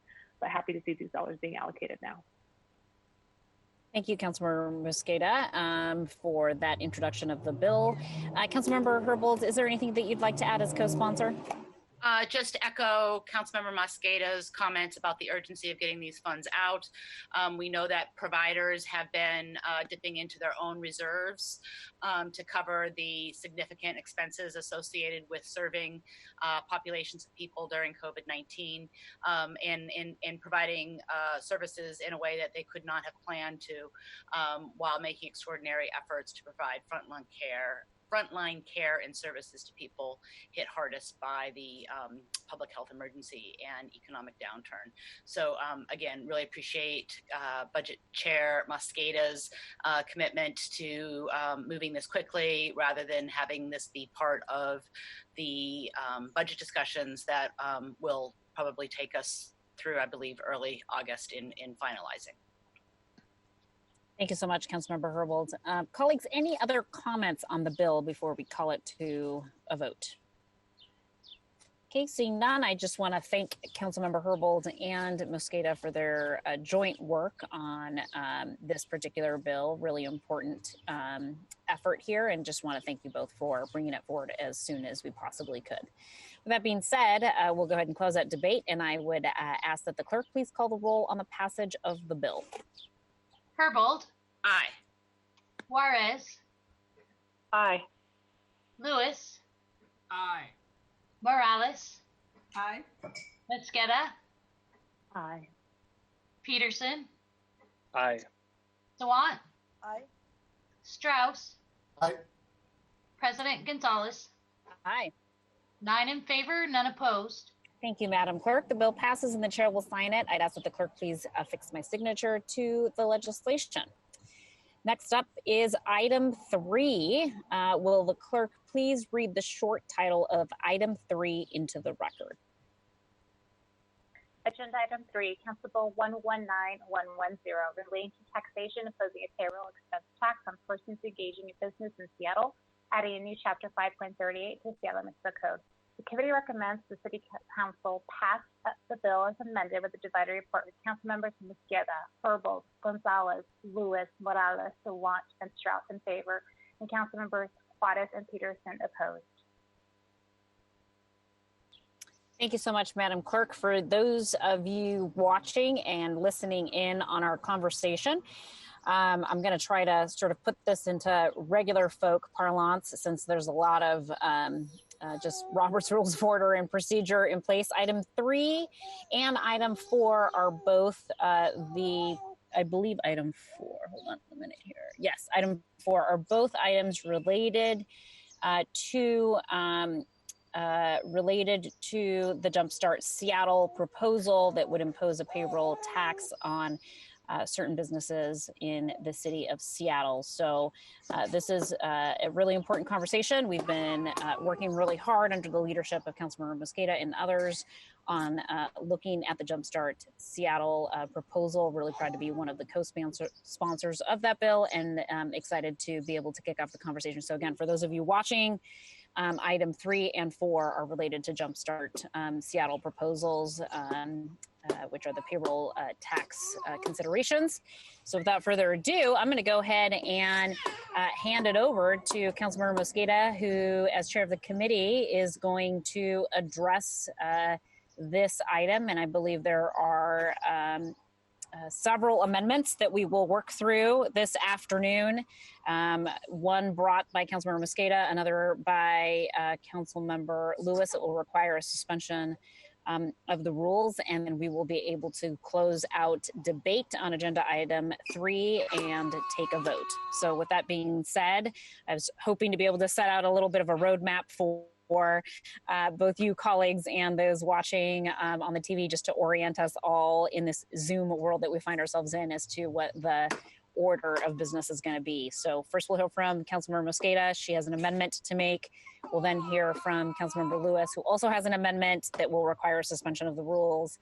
Then we will open up after taking votes on each of those amendments, we'll open up the discussion and debate on the bill as amended, and then we will do a final roll call. So with that being said, Councilmember Mosqueda, the floor is yours. Thank you, Madam President. And if it pleases the President, I have a few opening comments and then I'll make the motion to bring forward the amendment. Absolutely. Thank you, Madam President. Council colleagues, we're in the midst of a public health pandemic and an economic crisis, and Jumpstart is part of the remedy. This is the antidote, or part of the antidote, needed to respond to the public health crisis of COVID and the economic instability that COVID has exposed in our local economy. Jumpstart is part of the solution needed to deeply invest in affordable housing, equitable development, and a more resilient economy. Jumpstart injects resources into the social safety net harmed by decades of underfunding in housing, health services, support for our most vulnerable community members. Jumpstart reinvests in our families, it invests in our neighbors, it invests in local shops and our local economy, and it will help Seattle survive the crisis of COVID and emerge stronger and more equitable. Every day, each of our offices is responding to calls and emails. We see people in community every day concerned that they cannot pay for groceries for their young children. They cannot put food on the table because they don't have a job.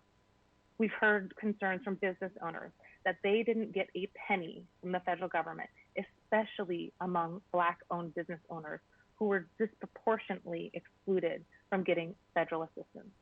We've heard concerns from shops about their inability to pay vendors because there were no revenues in April and May. And they need to be able to have assurances that they can have money in hand so that they can pay staff and start hiring people again, so that they can pay rent and open their shops again. We've heard concerns repeatedly from members of this council who've been leaders on fighting for immigrants and refugees, that immigrants and refugees were intentionally left out of the federal support, when these are our essential workers and they help our economy run. We've heard concerns about the fiscal cliff that we will be presenting itself next year in our budget if we do not have revenue in hand to backfill emergency funds.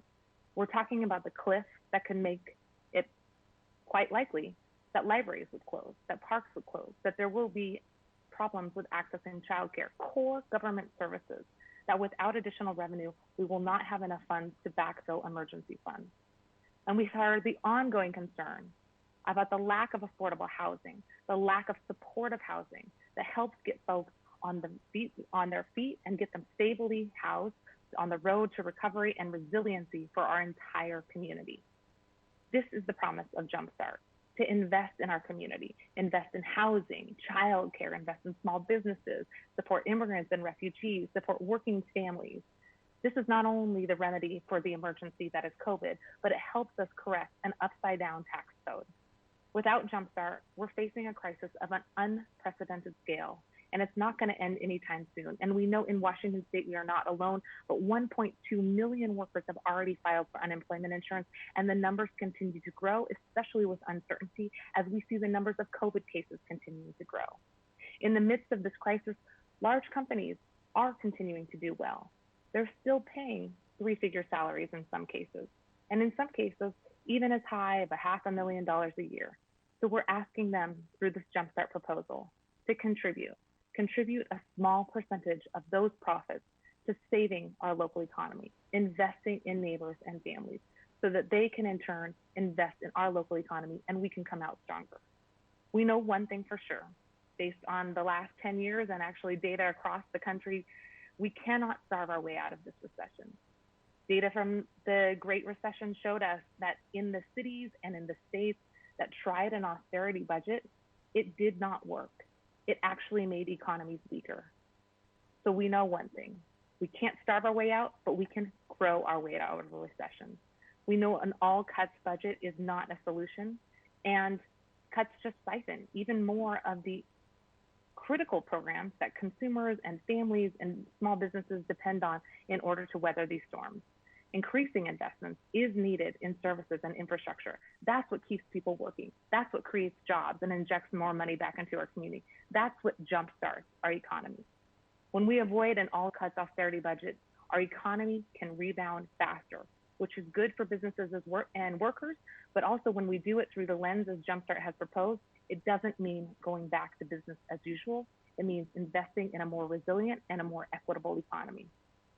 I'm excited about the bill in front of us today. Jumpstart Seattle will promote health, create jobs, and save our local economy. And it's not just the right thing to do, it's the economically sound thing to do. In the midst of a pandemic, housing insecurity isn't just a moral crisis, it's a public health crisis. Expanding nutrition services and vouchers will help struggling people put food on the table and make sure that they can access groceries. It's not just good for families, that's good for the local economy. That's also good for the health of our local population. This is about making sure that people can put money in their pockets, which they'll then in turn spend in local businesses that will allow people to stay healthy, stay housed, and stay stable. We are trying to right side up our upside down tax code, and when we do it, everyone benefits from the public investments, not just some people. These twin health and economic crises have had and will continue to have an outsized impact on communities of color, especially among Black, Indigenous, and the Latino community.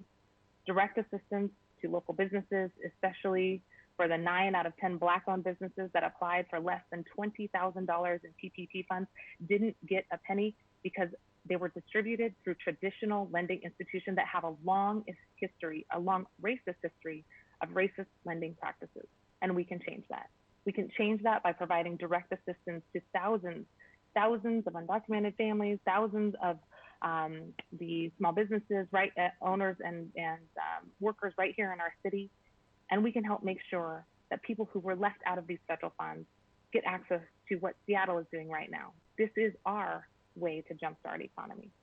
I want to thank folks who have been testifying, not just in the last 3 months, but for years, people who have been calling for us to invest in our whole community, working families, small businesses, our neighbors. We want to make sure that our ice cream shops and our local coffee shops can survive, yes, but we also want to make sure that people stop getting pushed out of the city, especially Black and brown communities. We want to make sure that we're investing in affordable housing. We want to make sure we're doing this through equitable development initiatives.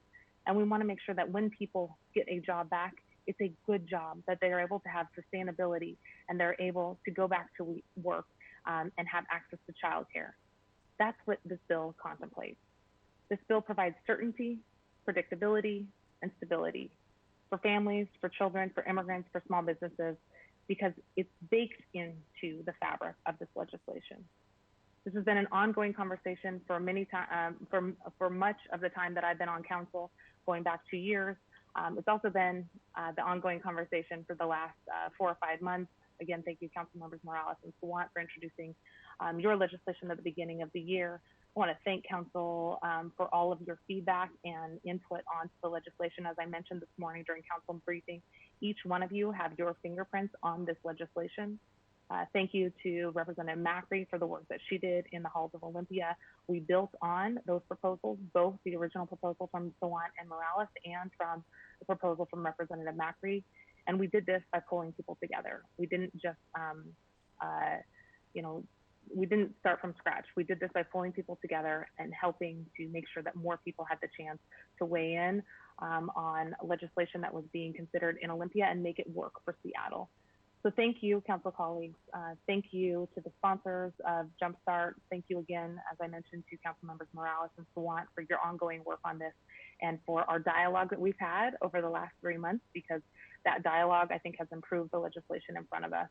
And without all of the community that has been calling on us to right side up our upside down tax system, I don't think that we would be here today. And I want to make sure that folks know that this is just the beginning. We have the most regressive tax system in the entire country. And as we try to find remedies to the COVID crisis, both the economic crisis and the public health crisis, this is one remedy in a much larger scale conversation about right sizing our tax system. Council President, I would like to go ahead and move Council Bill 119810 as presented to include version 3 of Amendment 1 that I distributed recently. Thank you so much, Council Member Mosqueda. So is there a second on that motion? Second. It's been moved and seconded to adopt Amendment 1. Councilmember Mosqueda, you're recognized in order to address the amendment. Thank you very much, Council President. Colleagues, this amendment is distributed with our colleague, Councilmember Lewis, as well. I want to thank Councilmember Lewis for his feedback on this legislation, along with a handful of other council members who've been asking about how do we address creating certain conditions that would be appropriate for nonprofit healthcare entities. I mentioned this morning, Councilmember Peterson, thank you for your feedback as we thought about nonprofit entities in the healthcare sector. Appreciate the ongoing conversations we've had there. At the onset, I want to say I'm concerned about any exemptions.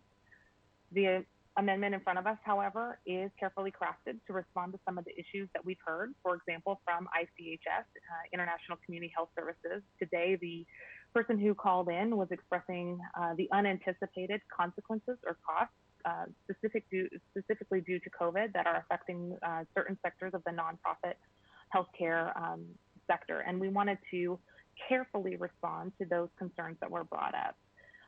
The legislation in front of us was carefully crafted based on some feedback. I want to thank folks at SEIU Healthcare 1199 Northwest, folks from Kaiser, from Fred Hutch, and from Seattle Children's for their feedback as we tried to think about a carefully crafted amendment. And also, again, note that while nonprofit hospitals generally are considered charities by the Internal Revenue Service, many nonprofit hospital systems have annual revenues in the billions, with chief operators earning 7 or 8 figure salaries, and in many ways their peers are large corporations. So the proposal in front of you attempts to find an equitable solution to rebuilding our economy in a way that does not further subsidize profit-driven healthcare providers and deprioritize community needs. Instead, what the amendment in front of you suggests is that as Seattle's economic recovery plan is built around Jumpstart, we should address nonprofit healthcare providers accordingly and make sure that certain organizations continue to provide resources and make sure that there are contributions coming in. This amendment in front of us contemplates payments still being made on salaries over $400,000, and I'm hoping that this carefully crafted scope amendment helps meet some of the needs that we've heard in community. Again, thank you, Councilmember Lewis, for your co-sponsorship.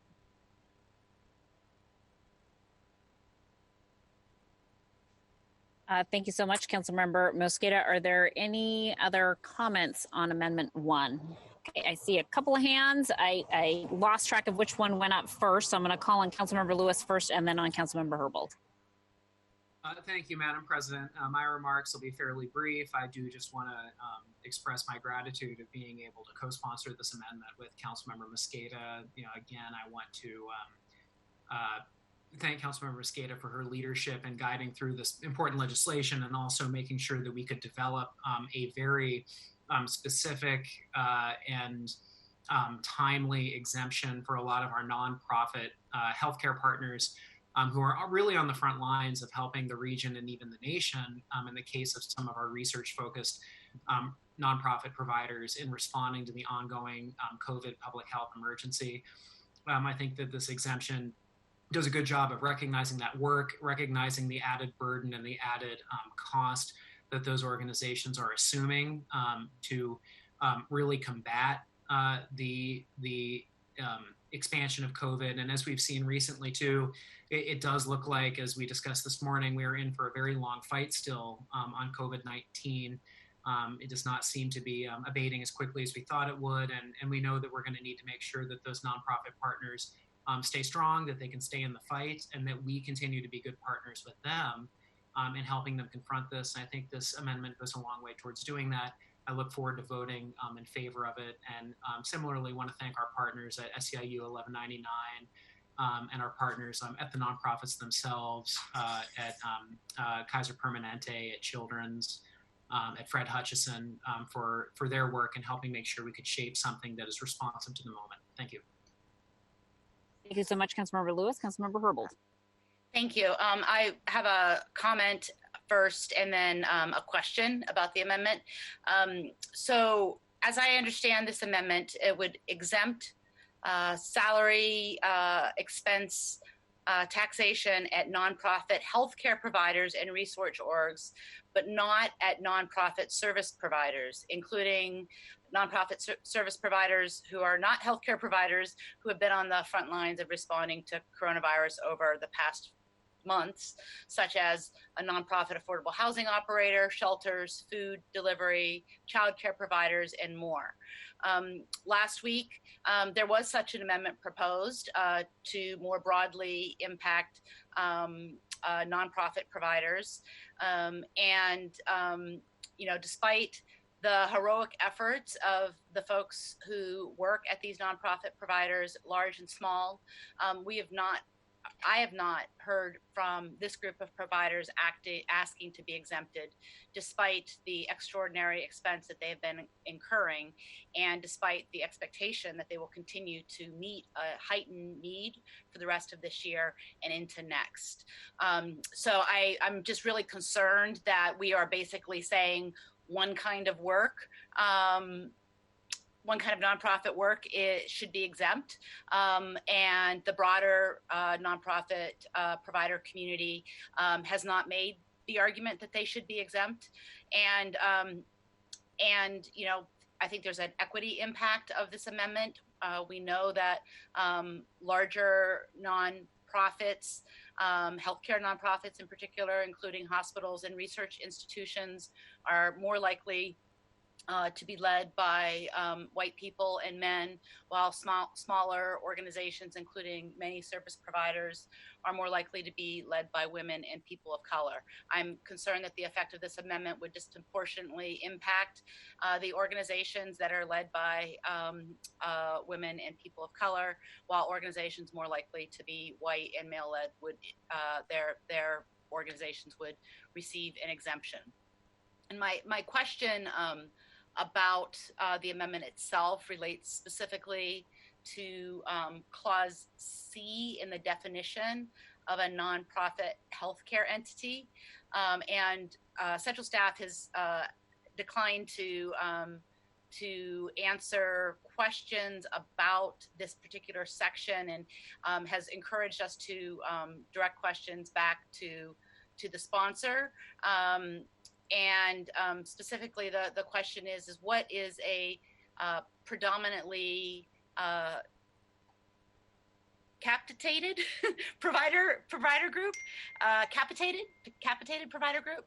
I'm just trying to get a sense of what type of organization is meant to be targeted or by this language, because as I understand, C would broaden the exemption to a type of provider that I'm not quite understanding the description of that type of provider.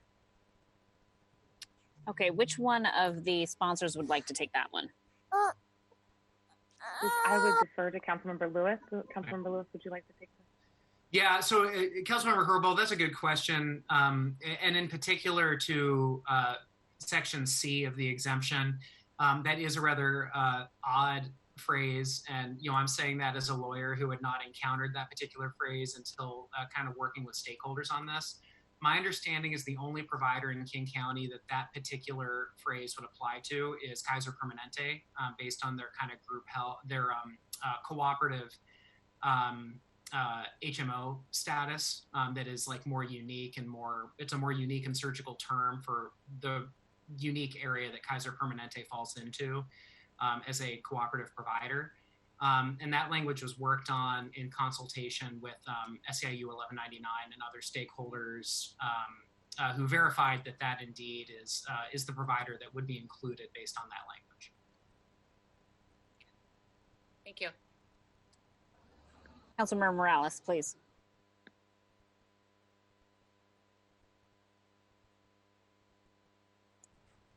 You are on mute. There you go. I see. Councilmember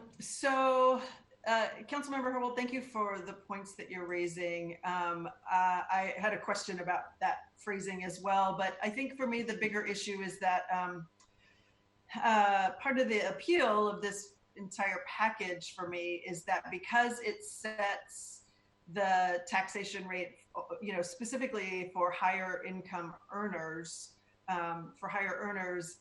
in my mind, it sort of eliminates the need for a series of exemptions, particularly nonprofit, since, you know, I think when most of us think about a nonprofit, it is folks who are, as Councilmember Herbold saying, lower wage workers, you know, folks who don't have a lot of access to benefits and sort of the things that come with a standard corporation. But we also know that healthcare in particular, most healthcare providers, even if they're a nonprofit, still, you know, can generate significant revenue. Nonprofit is a tax status. It's not a business plan. The CEO of Providence, I think, makes something like $10 million. So I will be voting no on this amendment. And I think that the language that is already in the bill is structured in such a way that it protects organizations who do have lower wage workers in their midst, including healthcare providers, so that those folks aren't put in jeopardy when comes time for bargaining, for example, but the folks who are making higher wages can be included, and so that we don't lose revenue for 3 years with this amendment. So thank you for bringing it. I just want to signal that I will not be supporting this amendment. Thank you, Councilmember Morales. Any other questions or comments on Amendment 1?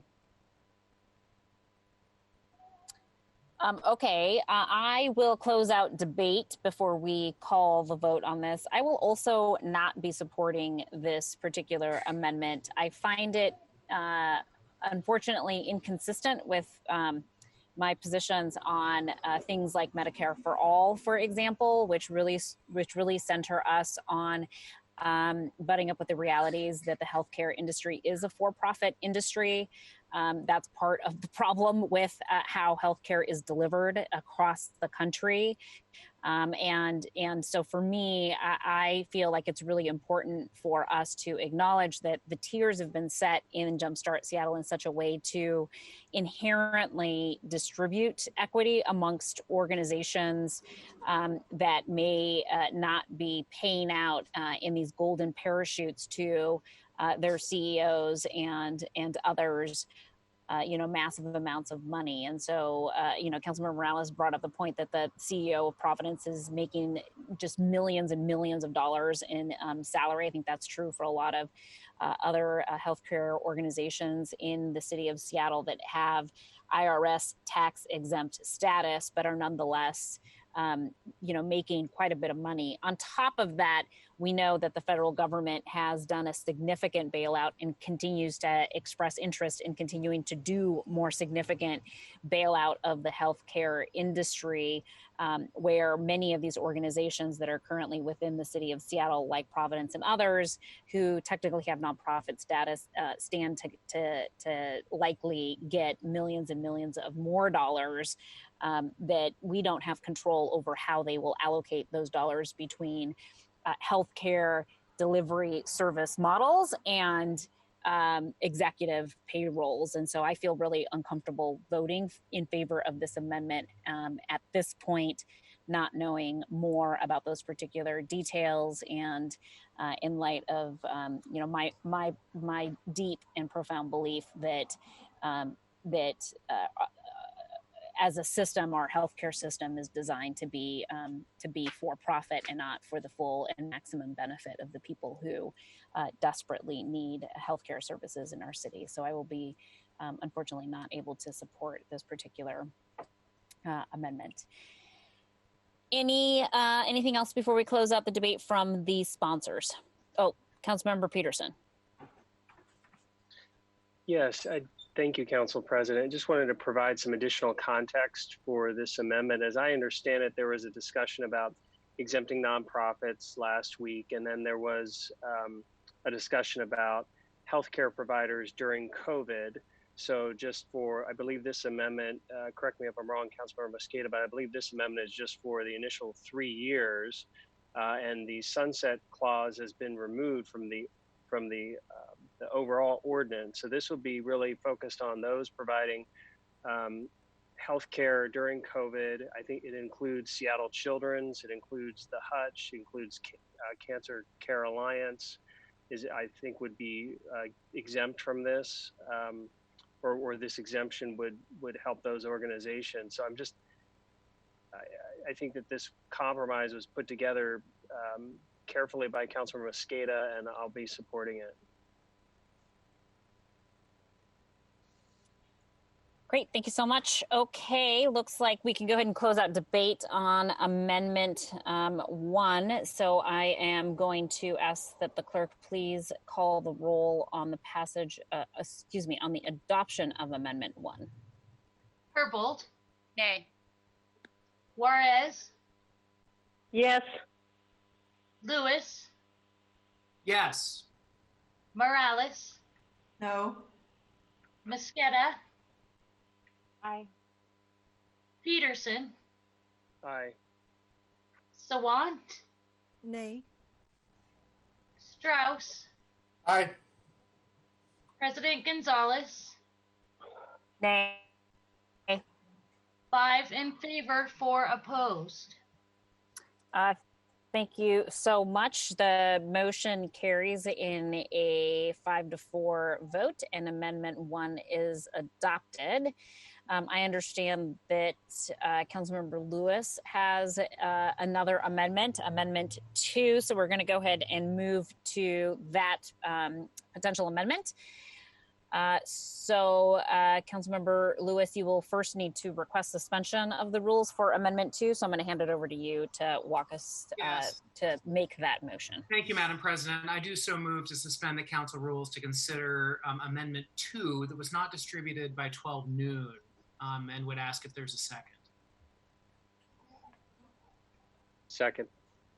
Okay, folks, it's okay, thank you so much. So this is a suspension of council rules to consider Amendment 2 that was not distributed by noon. There has been a second. Will the clerk please call the roll on the suspension of the council rule? Herbold. Aye. Juarez. Aye. Lewis. Aye. Morales. Aye. Mosqueda. Aye. Peterson. Aye. Sawant. No. Strauss. Aye. President Gonzalez. Aye. 8 in favor, 1 opposed. Thank you so much. It's been that suspension of the rules has been granted. So the rule is suspended. Councilmember Lewis, you may now proceed with moving first making the motion for us to debate and consider your proposed Amendment 2. Yes, I move to amend Council Bill 119810 as presented on Amendment 2, recently distributed. Is there a second? Second. It has been moved and seconded to adopt Amendment 2. Councilmember Lewis, you are the prime sponsor of this amendment, so you are recognized in order to address Amendment 2. Yes, thank you, Madam President. So I do think that it is still important to at least have a discussion today about the reinstitution of some kind of sunset clause to reaffirm the commitment of this council to eventually transitioning to regional revenue options as an alternative to maintaining our own payroll tax in perpetuity. I did not particularly care for a 10-year sunset clause. I thought that was too soon. I thought that it also could put at jeopardy some of the investments that we are proposing to make under this legislation that will probably entail and require accumulation over a longer period of time and possibly entering into certain bonding or capital commitments. So this proposal would create a 20-year sunset clause. The hope would be that in that time, we would be able to transition as a state and a region to some regional alternative tax. I have full faith and confidence in the future Seattle City Council 20 years from now to re-extend, renew, or expand on this tax in the event that such regional sources of revenue do not exist at that time. I think that timeline acknowledges, and I mean, we had Tim Eyman call in and comment earlier to comment on this legislation, making it clear that there are a lot of folks in the state that are still opposed to a conversation around progressive revenue. So I understand it is a heavy lift to get that out of Olympia. But my hope is that on a 20-year timeline, that's more realistic than a 10-year one. It won't put at jeopardy the investments that we are making now. nor undercut the urgency of this proposal. And so I would move that we institute this compromise sunset as enumerated out in the amendment. Thank you, Councilmember Lewis. Any questions or comments on proposed Amendment 2?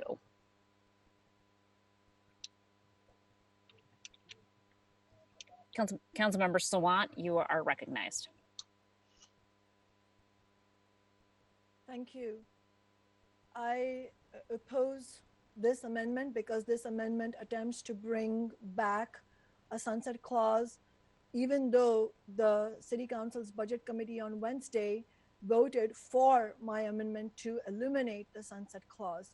20 years may sound like a long time to politicians who are not doing the hard work of building grassroots movements, giving their blood, sweat, and tears to build for social justice. 20 years may sound like a long time for people who are not struggling to get by. But for any of us who have been on the grassroots fighting, and I don't just mean our generations, I'm talking about people in Seattle who have fought for decades for bringing about an end to regressive taxation, I think they will know that these are hollow words, that for Councilmember Lewis to say that 20 years from now, I hope something will be done regionally. Why? Because something was done in the last 20 years and in the 20 years before that. Is that what your hope is based on? The fact that nothing was done by regional and state political officials at the same time that they gave handout after handout to big corporations and executives like Boeing executives. This is extremely problematic, and furthermore, completely tone deaf to bring this amendment at the last second when the public can't speak out against this particular amendment, but the public has spoken, the movement has spoken very clearly against any kind of sunset clause. And it's particularly egregious that this amendment if this amendment goes through, it would make sure that the tax is automatically repealed, not that there would be any conditions placed on it even, which would somewhat mitigate. I would never support a sunset tax period on progressive revenues, but there is no mitigating aspect about this amendment at all. And as far as what needs to be sunsetted, why not the sales taxes that are so burdensome to working class people and particularly hit Black and brown communities and immigrant communities of color? Why not the property taxes that make it difficult for working class and middle class homeowners to keep their homes? Why not a sunset clause on taxes on struggling small businesses? I'm really stunned that despite all the rhetoric that we have heard, that the sunset clause is back again, and that the sunset clause is only being proposed to one of the only taxes that working people do not have to pay, that small businesses do not have to pay. The fact that politicians will go to such lengths to undemocratically sneak through a sunset clause shows which side they're really on. Clearly, the council is going to vote yes on the Amazon tax today because our movement has gathered 30,000 signatures to put this on the ballot. And that represents a real threat, not an imaginary or abstract, but a real threat to big business. And that is why this is going through, and that the establishment knows that they have no other choice. But the fact that this amendment is being brought forward for a sunset clause, it shows shows the lengths to which the establishment politicians will go through. I absolutely pledge that if this amendment passes, then we will, in our movement, do everything in our power to make sure that we, fight against the establishment. But I will also say that putting this kind of a sunset clause in such progressive laws, the rare progressive laws that we are able to win, that basically is saying that, you hardworking people, you thousands who spent all your weekends and all your waking hours aside from your work and your family to build this movement, you're going to have to do it in another 20 years. Another generation will have to come and fight the same battles over and over again. And I think this also illustrates why this system ultimately cannot be reformed, and we need substantive fundamental change to our society. Thank you, Councilmember Sawant. Any other comments? I see Councilmember Herbold and colleagues, if anyone else has any comments, please feel free to indicate. Councilmember Strauss, have you in the queue. Councilmember Herbold, please. Thank you. So I just want to say that although I recognized in past meetings that there was an importance for a sunset clause and its potential to bring useful pressure to bear on other jurisdictions as a way to encourage legislators and business stakeholders to work towards progressive revenue, specifically a regional progressive revenue source.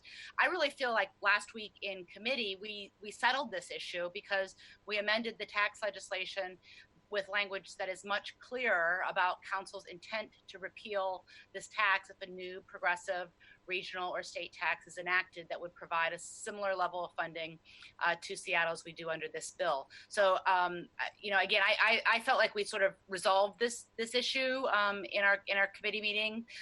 The amendment we passed in committee, I think better addresses and settles the circumstances under which the council would support ending this specific tax. And I don't believe that a 20-year sunset clause provides any additional pressure that is not already better addressed through the amendment passed last week in committee. Thank you.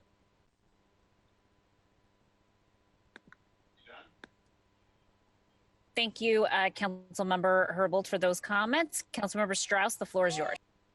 Thank you, Council President. Thank you, Councilmember Lewis, for bringing this amendment forward. Last week, I did vote for a sunset clause due to my hesitance regarding the level playing field language. I did think that 10 years was too short because, in particular, there are aspects of this bill that are tied to 20-year funding segments, especially regarding permanent supportive housing. I do believe that a future council will benefit from evaluating this tax in 20 years to understand if it needs to be raised, lowered, or otherwise adjusted to fit the times. I'm supporting a 20-year sunset rather than the 10-year sunset because the 20-year sunset is associated with the spending plan that we've already discussed and will be voting on. While Jumpstart Seattle is different than property tax and sales tax levies, which are put to the ballot, they also have renewals, which are sunset clauses under a different name. There are sunset clauses in these sales tax and property tax levies that are put forward to voters. And while these taxes, the Jumpstart proposal is different than a levy, we have mirrored the process for Jumpstart Seattle in creating rates and services rendered to our city and our community. And that has been in a 20-year segment. So I think if nothing else, in 20 years, we will need to reassess the rates and create a new spending plan to be associated with the proposal. And a sunset could just be as easily worded as a renewal. This amendment fits into the narrowly tailored nature of this bill, and I appreciate the work being put forward on this. Thank you, Council President. Thank you, Councilmember Strauss. Any other comments or questions on the bill? Excuse me, on the amendment. Madam President, if I may. Yes, Councilmember Juarez, please. Thank you. Just briefly, I will be supporting this. And, I don't really want to get into a tit for tat about whose side I'm on. I'm trying to approach this with common sense. And I agree with Councilmember Lewis. And my understanding is if we have a 20-year sunset, the further out a sunset is, the less volatile it is, which gives us a 20-year window, if you will, to plan. And hopefully, within 20 years, when I'm 80, this state will have progressive taxes in place, not only on income, but certainly, hopefully, on the tax that the city will probably pass today. So with that, I'll be supporting this. Thank you. Thank you, Councilmember Juarez. Perhaps the only tit for tat that I'll get into is to say that I will only be 63 years old in 20 years. Oh, thanks. You're welcome. Anytime. Councilmember Mosqueda, please. Thank you, Madam President. Colleagues, I had a lot of concerns with the initial 10-year proposed sunset. I did include it in our draft bill. because of some of the feedback that we received from people who were working on legislation as well. I think the points that have been made with concerns are very well taken. I have been clear that my main concern with the 10-year sunset, as it was proposed, was that it could potentially unintentionally limit our ability to do permanent supportive housing, which requires, in many cases, a 20-year funding commitment. Because this is at least 20 years and it will, I hope, be considered a renewal, but more importantly, that there will be more state level action that is taken and get us to a more equitable tax proposal. I'll support a 20-year, but that is, I think, the minimum, given that this is needed funding for permanent supportive housing. I appreciate that it is that length of time, so thank you. Thank you so much, Councilmember Mosqueda. Any other questions or comments on this proposed amendment? Councilmember Sawant, please. Thank you. I just wanted to clarify something, clarify on something that Councilmember Strauss just said, and just paraphrasing what he said. He said that he supports this sunset clause because he wants a future council to reconsider this tax to see if it should be raised, lowered, or kept the same.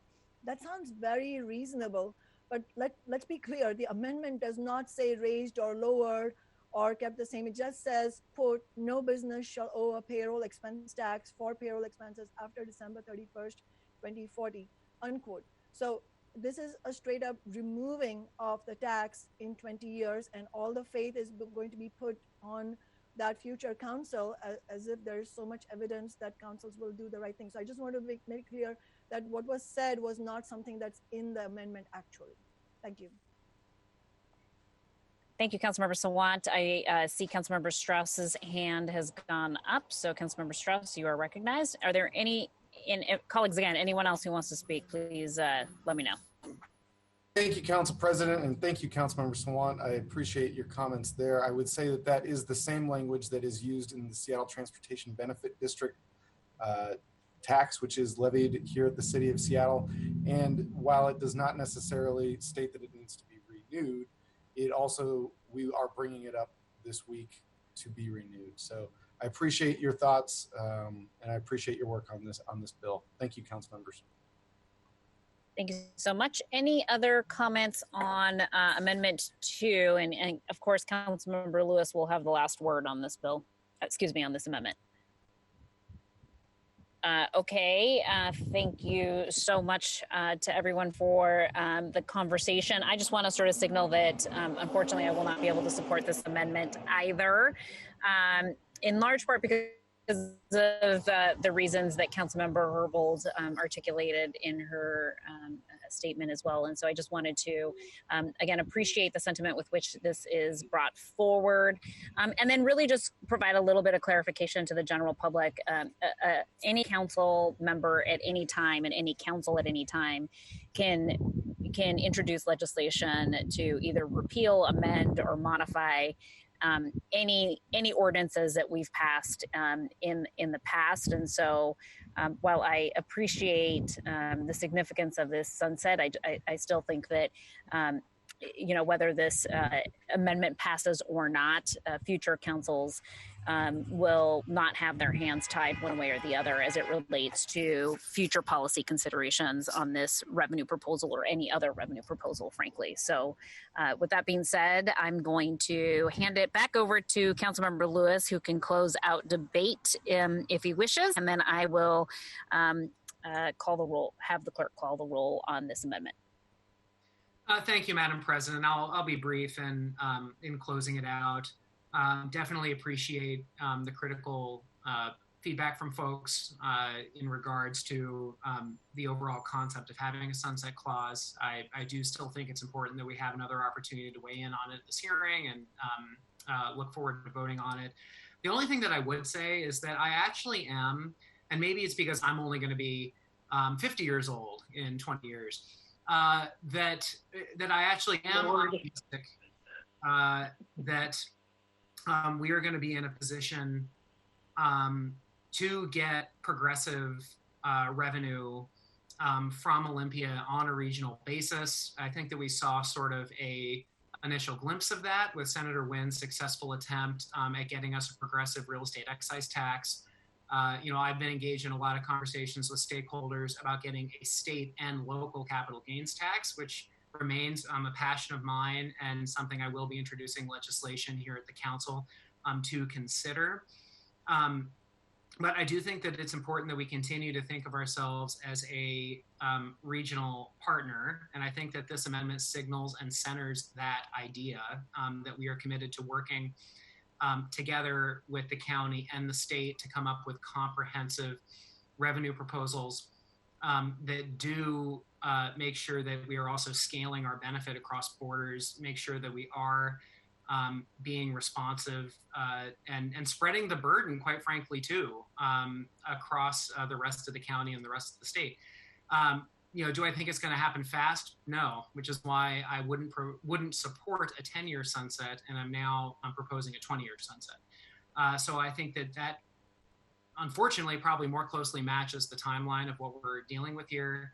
And I look forward to giving us an opportunity to weigh on this one more time, and would just ask that we call the question. Thank you so much, Councilmember Lewis. With that being said, I would ask that the clerk please call the roll on adoption of Amendment 2. Herbold. Nay. Juarez. Yes. Lewis. Yes. Morales. No. Mosqueda. Aye. Peterson. Aye. Sawant. Nay. Strauss. Aye. President Gonzalez. No. 5 in favor, 4 opposed. Okay, that motion carries and Amendment 2 is adopted. Are there any further comments on the bill as amended? And again, this is the next vote will be on the passage of the bill as amended. So are there any additional comments on the bill as amended? I see Council Member Lewis, and I know that Council Member Juarez also wanted to make a comment, and she will let me know at what point she would like to do that. So Council Member Lewis, you. Thank you so much, Madam President. I really appreciate the opportunity to have co-sponsored this legislation along with council members Mosqueda, Gonzalez, Herbold, and Strauss. I really do think that we can't wait any longer, echoing my comments from earlier, to have true progressive revenue to confront head on the situation that we are facing here today on so many different fronts. I think it's first, I just want to take a moment to acknowledge the process that Councilmember Mosqueda undertook this spring under really difficult circumstances in the middle of a pandemic, in the middle of a lot of budget uncertainty, and was able to cobble together a coalition of labor, of small business owners, of nonprofits, of service providers, really to unite all of us in our common cause that the massive inequitable struggles that we are facing will not yield until we have some kind of significant progressive revenue package in front of us that will rise to the ambitions of the scope of our problems. And this package really does get there. I'm committed to a regional approach, as I talked earlier during our discussion of the Sunset Clause, but we can't wait for Olympia to act to provide this relief. We can't wait for Olympia to act to provide this relief. When we saw last week, this would have been bigger news, I think, in other times, but we saw last week that there was an increase in King County of people entering homelessness, and that increase was exceeding the rate of exit. We saw thousands of our neighbors who are unemployed due to the COVID crisis in a situation where while they were rent burdened before, they are now increasingly rent insecure beyond where they were prior to this new and completely unprecedented emergency in my life experience and the experience of many of my friends. And we really are in a position where the cavalry is not going to come over the hill. mean, it doesn't look like there's going to be a special session of the legislature this year. It doesn't look like there's going to be bold action from the legislature to fill this void. We have a complete abdication of any kind of duty or responsibility from our federal executive, while we have lots of allies in Congress who have been fighting very valiantly to get us the resources that we need. Federal leadership from the president has been completely absent. We need to step in and we need to raise this revenue.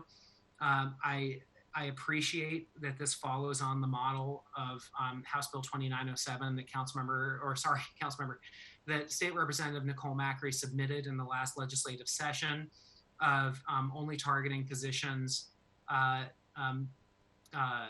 only taxing positions at large, very large and successful corporations that make over a certain amount of money.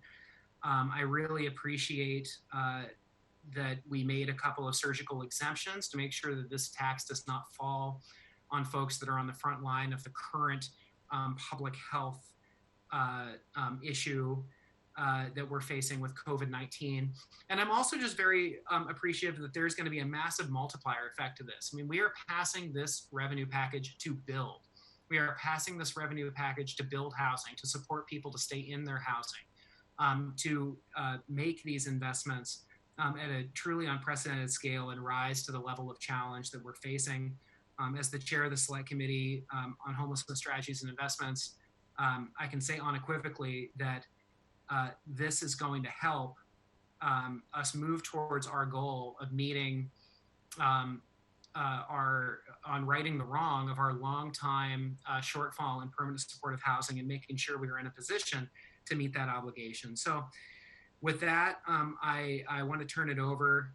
Proud to vote for this today, and again want to thank all the co-sponsors, and particularly Councilmember Mosqueda for her leadership in guiding us through this. Thank you, Councilmember Lewis. Next up in the queue is Councilmember Juarez, and for those of you on video Zoom, please do raise your hand and let me know if you'd like to make some remarks. Councilmember Juarez. Thank you, Council President. I want to again thank Council, our Budget Chair, Councilmember Mosqueda, for our long conversations and discussions, and even today's discussions that you and I had offline, and all the experience and enthusiasm you have brought to City Council. I appreciate the effort that went into this, the phone calls, the emails, the meetings to create a proposal for us to move forward. I know how much work was dedicated to this effort now and back in the fall of 2017, along with Councilmember Gonzalez, Councilmember Sawant, and Councilmember Herbold. As I stated at the Budget Committee last week, I do support a progressive revenue tax. I do support a tax on corporations. I have supported a countywide regional approach and also a statewide approach to a progressive tax solution. However, today I can't support this proposal. I support the merits, so not the procedure or process. As was stated earlier, and that we all know, our city is facing a pandemic, an economic recession that this country has never seen the likes of, and civil unrest due to racism. Again, as I shared last week, it's just as a trifecta that is unprecedented. Because we're in the midst of this pandemic-fueled economic recession with no end in sight, I have concerns about not putting this proposal in front of the voters. Councilmember Lewis, a short note to you. To some of us, the cavalry is not a welcome sign. I just want to point out that no economist, no politician, no public policy academic or expert can forecast when these challenges will end. We don't know the depth, the length, or the duration of this pandemic-fueled recession. There's currently no jobs bill or stimulus package for growth while we face historic unemployment levels. And that concerns me. We don't know what the economic landscape looks like as we impose this tax again from City Council. I liked what Portland did. In May of 2020, Portland voters approved an income and a business tax for homelessness services. It passed with nearly 60% of the vote, with a sunset clause for 2030. Oregon's unemployment rate is about 14%, and Seattle's is 16%. As I have participated and observed and shared, Seattle has a well-established democratic tradition of giving voters the final say. Again, as I shared in the last 15 years, Seattle voters have approved over 11 city levies, from library to housing to education to transportation to park. Seattle voters have also supported over 6 countywide levies for vets, human services, homelessness, seniors, children, and parks. And Seattle voters have supported 2 multi-billion-dollar regional levies for transportation. As you all know, in 2006, Seattle voters approved a small local payroll tax on businesses as part of Bridging the Gap transportation ballot measure. And again, that tax was repealed by council in 2009 due to the 2008 recession. I share this not as a compare and contrast lecture between levies and taxes, but to the testament that Seattle voters are smart, caring, and generous. I trust their civic judgment and voice. Again, nobody is against taxing corporations or a progressive tax. It's how we get there. At the end of the day, I trust the voters of Seattle to tax corporations so we can truly reimagine a new economy and not be faced with another difficult choice to repeal this tax as we did in 2018. Thank you. Thank you, Councilmember Juarez. Are there any other comments from my colleagues? Councilmember Morales, please. Okay. Thank you, colleagues. I will admit, very frustrated about the 2 amendments that just got added to this bill, but I don't want that to take away from the historic nature of what we are about to pass here. We know that today the city takes a crucial step to embrace equity and reject corporate influence over our tax policies. Today, the Seattle City Council is boldly leading to create a more equitable way to finance public services. And we challenge elected officials at the state level to join us in choosing investment over austerity. By passing this proposal, we will shift some of the burden from individual households to the wealthiest corporations in the city. Next week, we'll finalize the plan for how we invest. We'll provide significant relief for renters, small businesses, for immigrants, and others impacted by the COVID crisis. And this structural change will also allow us to rethink our social spending so we can improve our population health, improve community conditions, and begin to reverse intergenerational poverty in the city. Exactly 6 months ago today, I was sworn in to begin serving the people of District 2. I will say my first 6 months have been a little extra, to say the least. And I want to thank my staff for their unwavering commitment to keep our office accountable to our Black and Brown neighbors. If this council is going to act on anti-racist principles, we can't just talk to Black-led organizations when we're talking about police. We have to partner with BIPOC communities in everything we do: taxation, zoning, utilities, parks, education, green economies, and community development. That's how we demonstrate that Black Lives Matter. For Alexis Turla, Lakeisha Farmer, Darzell Touch, Devin Silvernail, my staff, exactly 6 months into our first term in office, we're voting on major legislation that will improve the lives of our neighbors, and your work has helped get us here. So I want to thank you for that. I'm excited to vote yes today on behalf of the people of District 2. And I want to thank our colleagues for supporting this legislation. Thank you, Councilmember Morales. Councilmember Sawant. Thank you. Today's vote to pass an Amazon tax in Seattle is a historic victory for working people. This victory was hard fought and it was hard won by a movement that wouldn't give up and that faced down a seemingly endless series of obstacles, from the shameful attempts of corporate Democrats in the state legislature to pass a ban on municipal big business taxes, to unfounded delays in the city council, to a pandemic and lockdown which prevented signature gathering, to relentless attacks in the corporate media in Seattle and nationally. We are winning because of the determination of workers and socialists to smash all obstacles and to find a path to victory. Congratulations to the Grassroots Tax Amazon campaign led by the coalition that included my organization, Socialist Alternative, and many progressive organizations and unions.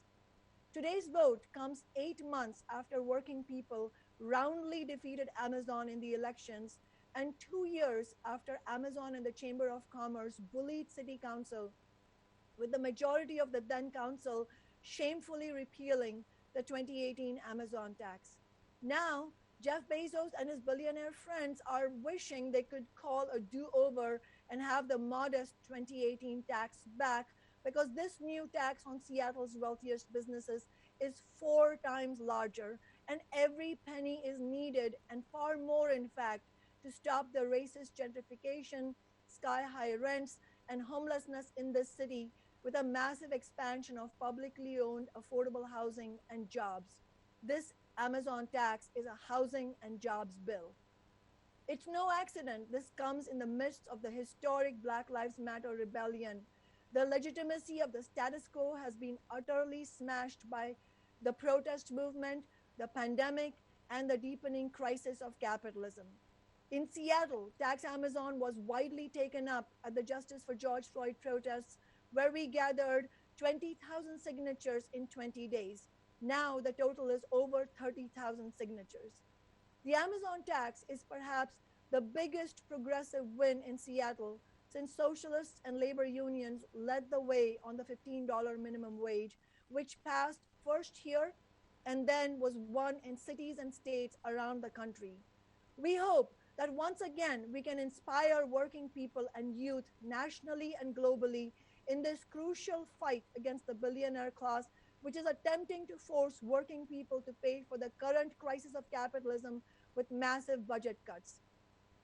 Our rallying cry nationally must be no to austerity. Tax big business, not working people. The Amazon tax shows working people do not need to play defense. We can and should go on the offensive and win big. We must reject all the pathetic attempts of corporate media who, after years of attacking the idea of taxing big business and those fighting for it, now desperately want to spin a narrative to discourage working class struggle and empowerment. Let's be real. The Amazon tax had nothing to do with the quote-unquote savvy of establishment politicians. It had everything to do with the self-organization of working people. Specifically, it has been the threat of the movement's ballot initiative that has pressured the city establishment to act. Tax Amazon filed the ballot measure after a series of grassroots democratic action conferences where hundreds of people, indeed by now thousands, discussed and voted. We did not win everything we wanted, and I strongly oppose the insertion of a sunset clause. But while I disagree with other council members on watering down the legislation, I want to acknowledge their support and votes for the passage of this Amazon tax.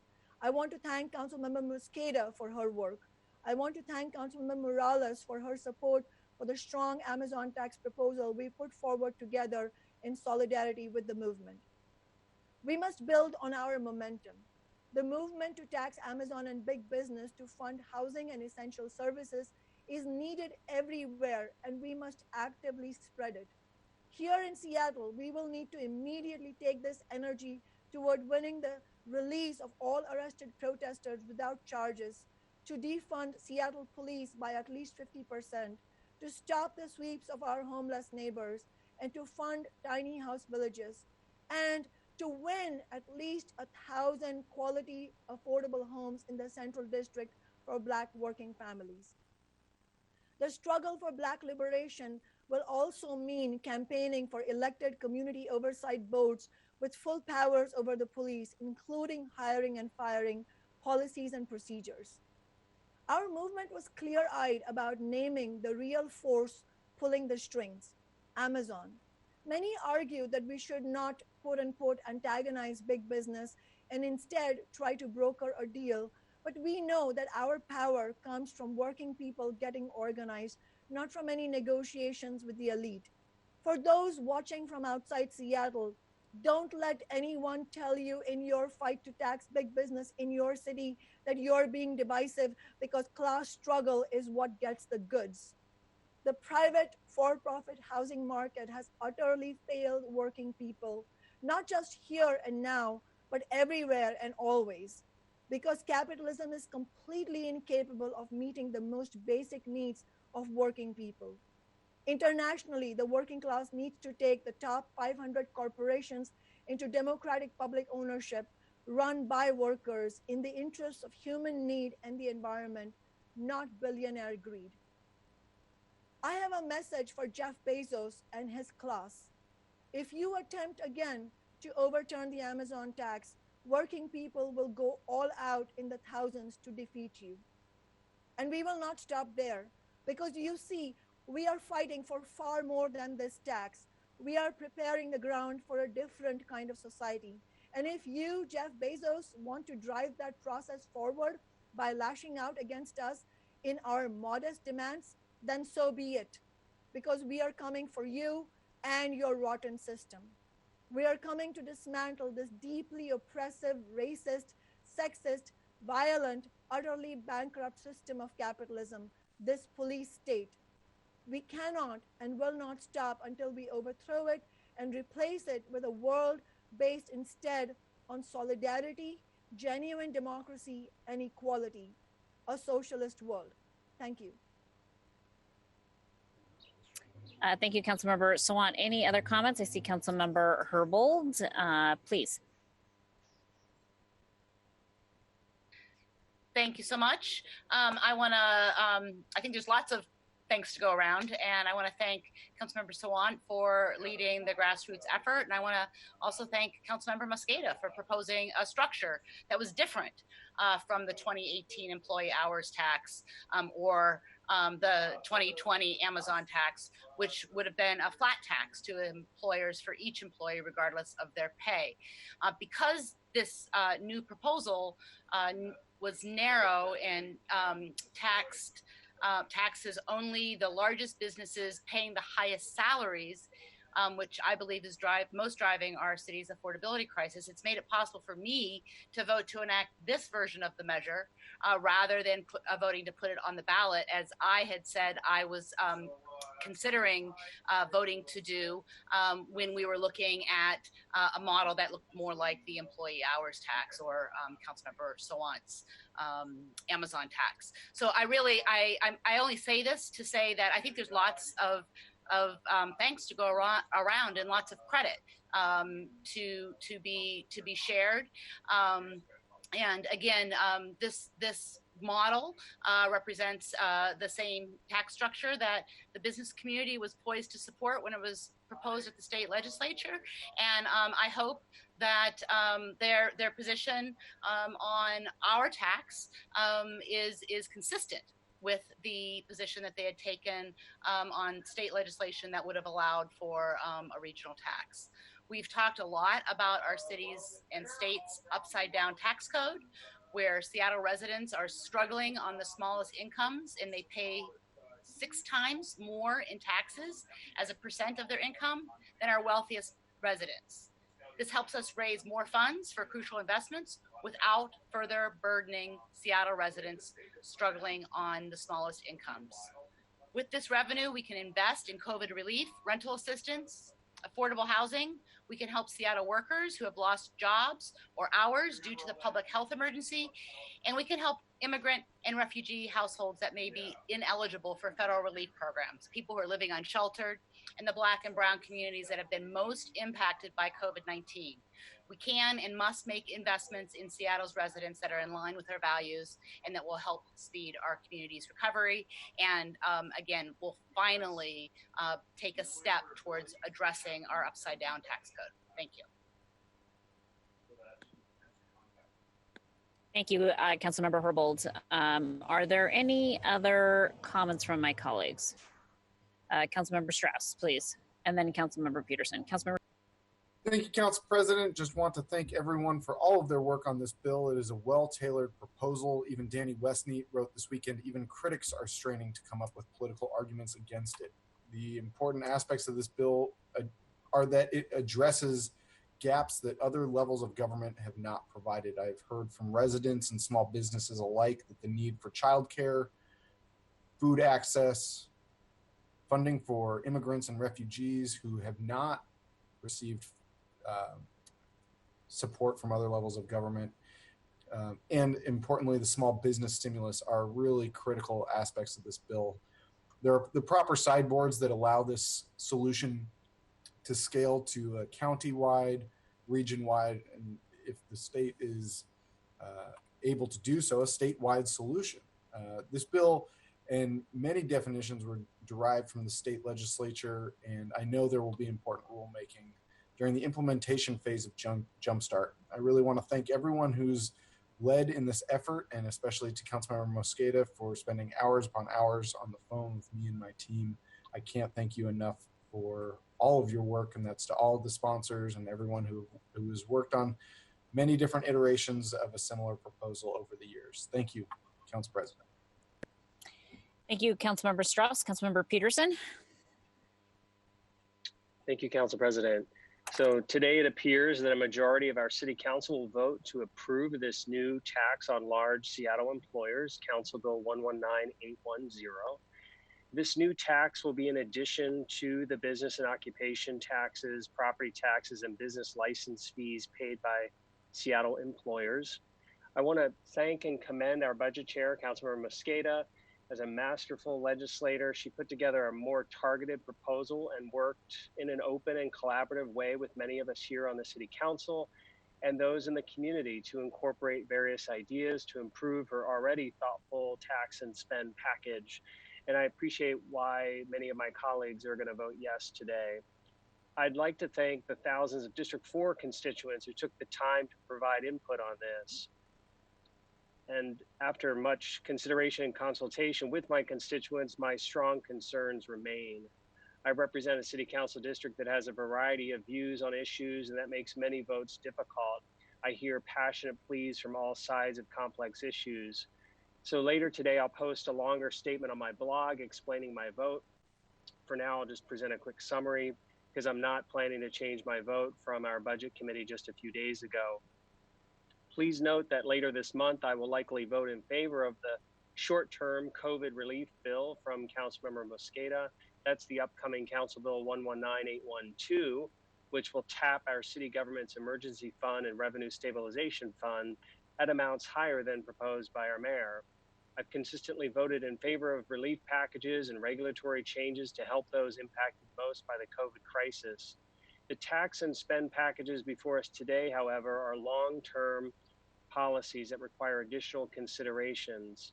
As I've mentioned before, I'm concerned that this is, it penalizes only Seattle employers. It's not a regional solution. I'm concerned that companies providing tens of thousands of jobs to our residents may leave the city, and the small businesses that support the large employers could also be negatively impacted. I'm concerned that it does not exempt all nonprofits, though I appreciate the amendment today for the healthcare providers. I'm concerned the spending plan, we're in a position now to enact the new tax without knowing the full details of how we would spend the money, because the version of the spending plan in front of us today, Council Bill 119811, has removed many of the key details. The previous, more detailed version of the spending plan was better and more targeted, more specific. I'm concerned this is a situation where we're taxing first, asking questions later. As Councilmember Juarez noted, this does not give voters a choice. The tax before us today is 4 times larger than the head tax the previous city council reversed just 2 years ago. Sending a large tax and spend proposal to the November ballot for voters to decide would have been consistent with other large tax measures and would provide more time to see whether the economy is recovering, whether our state government can pass a better statewide or regional measure for revenue. Unfortunately, that idea was rejected at our budget committee last week. I feel that we could also do a better job looking for savings in our existing budget. I see common ground and points of unity emerging in how we look at our police budget. The large salaries there are also in other city departments. As noted in the recent investigation by Forbes magazine published on June 23rd, the lessons learned as we dive into the police budget salaries could be applied to other city departments so that we expand social services, not government salaries. To me, that's not austerity, it's sustainability. I will look forward to joining my colleagues in pushing our governor and state legislature to pass progressive tax tools that our region can use. I support progressive taxes. We need progressive taxes. I supported HB 2907. We need our state government to act. But for the sake of our city, I hope my concerns are just concerns and will not actually occur. I look forward to working with my colleagues and the mayor to create a sustainable tax and spend path as part of our fall budget discussions for our 2021 budget. I hope the public today sees not division or dispute among the council members, but rather debate and discussion. I believe this whole process has really made our city council stronger. Again, I thank Councilmember Mosqueda for her hard work on this and congratulate her on what appears to be a successful effort today. Thank you. Thank you, Councilmember Peterson. So I think that concludes comments from everyone. And so as usual, we will end comment with hearing from the prime sponsor, who is Councilmember Mosqueda. I just wanted to chime in really quickly and say how much I appreciated the opportunity to re-engage on this conversation. Of course, for those of us who were on the City Council in 2018, we still understand and believe how difficult it was to not just pass the former iteration of a tax on big business, but then to unfortunately have to repeal that law. I really do appreciate, Councilmember Mosqueda, your process here and your staff's willingness to want to give a big shout out to Sejal Parikh in your office, who I know has been spending countless number of hours on the phone and in Zoom calls, I'm sure, with many shareholders throughout the city, and really want to appreciate the hard work that you and your staff have put in on this important proposal. I think this is a smart approach. I think that it is an important approach, and I think that there is probably no other time like the present where we have a triple crisis on our hands for us to not only consider this, but to take swift action. We are, at the end of the day, a 9-member body that was elected by, in some cases, districts, and for Councilmember Mosqueda and I, citywide. And we were elected to make tough decisions, to dig into the policy work, to identify significant policy issues, and to identify potential solutions to those issues. That's part of the reason why I think now at this point, given this triple crisis, I do think that the political winds have significantly changed across the city. I think that our constituents across the city want us to take action now as opposed to punting to a ballot issue. And so I feel more than comfortable showing up today in this council meeting to vote yes on Jumpstart for Seattle, and to be proud of the fact that I am one of the co-sponsors of this proposal. And I just want to commend everybody for the hard work that they've been doing, all of the folks on the outside who've been emailing us and tagging us on social media about why they think this is important, and all the calls that we have received in support of this bill is really important. And again, part of the record that shows to me that our constituents expect us to take action as their elected representatives on this city council. And I'm going to be very proud to be able to cast a yes vote in favor of this of Jumpstart Seattle and of the next piece of legislation we will be considering. So with that being said, I'm going to go ahead and close out debate by asking Councilmember Mosqueda to give closing remarks before we call the roll. Thank you, Council President. Council colleagues, City of Seattle, this is a huge win. Thank you so very much for your ongoing feedback as we have together crafted a proposal to respond to the crisis that is COVID, to invest in our local community, to invest in historic amounts of funding for our community who's been affected by displacement, and to make sure that those who are the most vulnerable in this public health crisis have the care that they need. This is about caring for Seattleites now and into the future. We together are making history. I want to thank all of you for your comments, your feedback, and again, your amendments over the last few weeks, especially last week as we crafted the base of this proposal. We put together a piece of legislation that I am incredibly proud of, and I'm incredibly proud that the city of Seattle is leading yet again. Here today, we've balanced labor protections with affordable housing priorities. We've figured out how to meet urgent needs due to COVID-19, invest in housing and homelessness, and we haven't shied away from some really tough decisions. With your vote today, we will be dealing with the problems presented and exposed by COVID. We are rolling up our sleeves, we are doing the work, and we are leading by passing Jumpstart Seattle. None of us, none of the council members, none of the voters in Seattle, no one expected to come into 2020 with the issues that we are dealing with right now. COVID presenting a massive public health deadly pandemic across the country.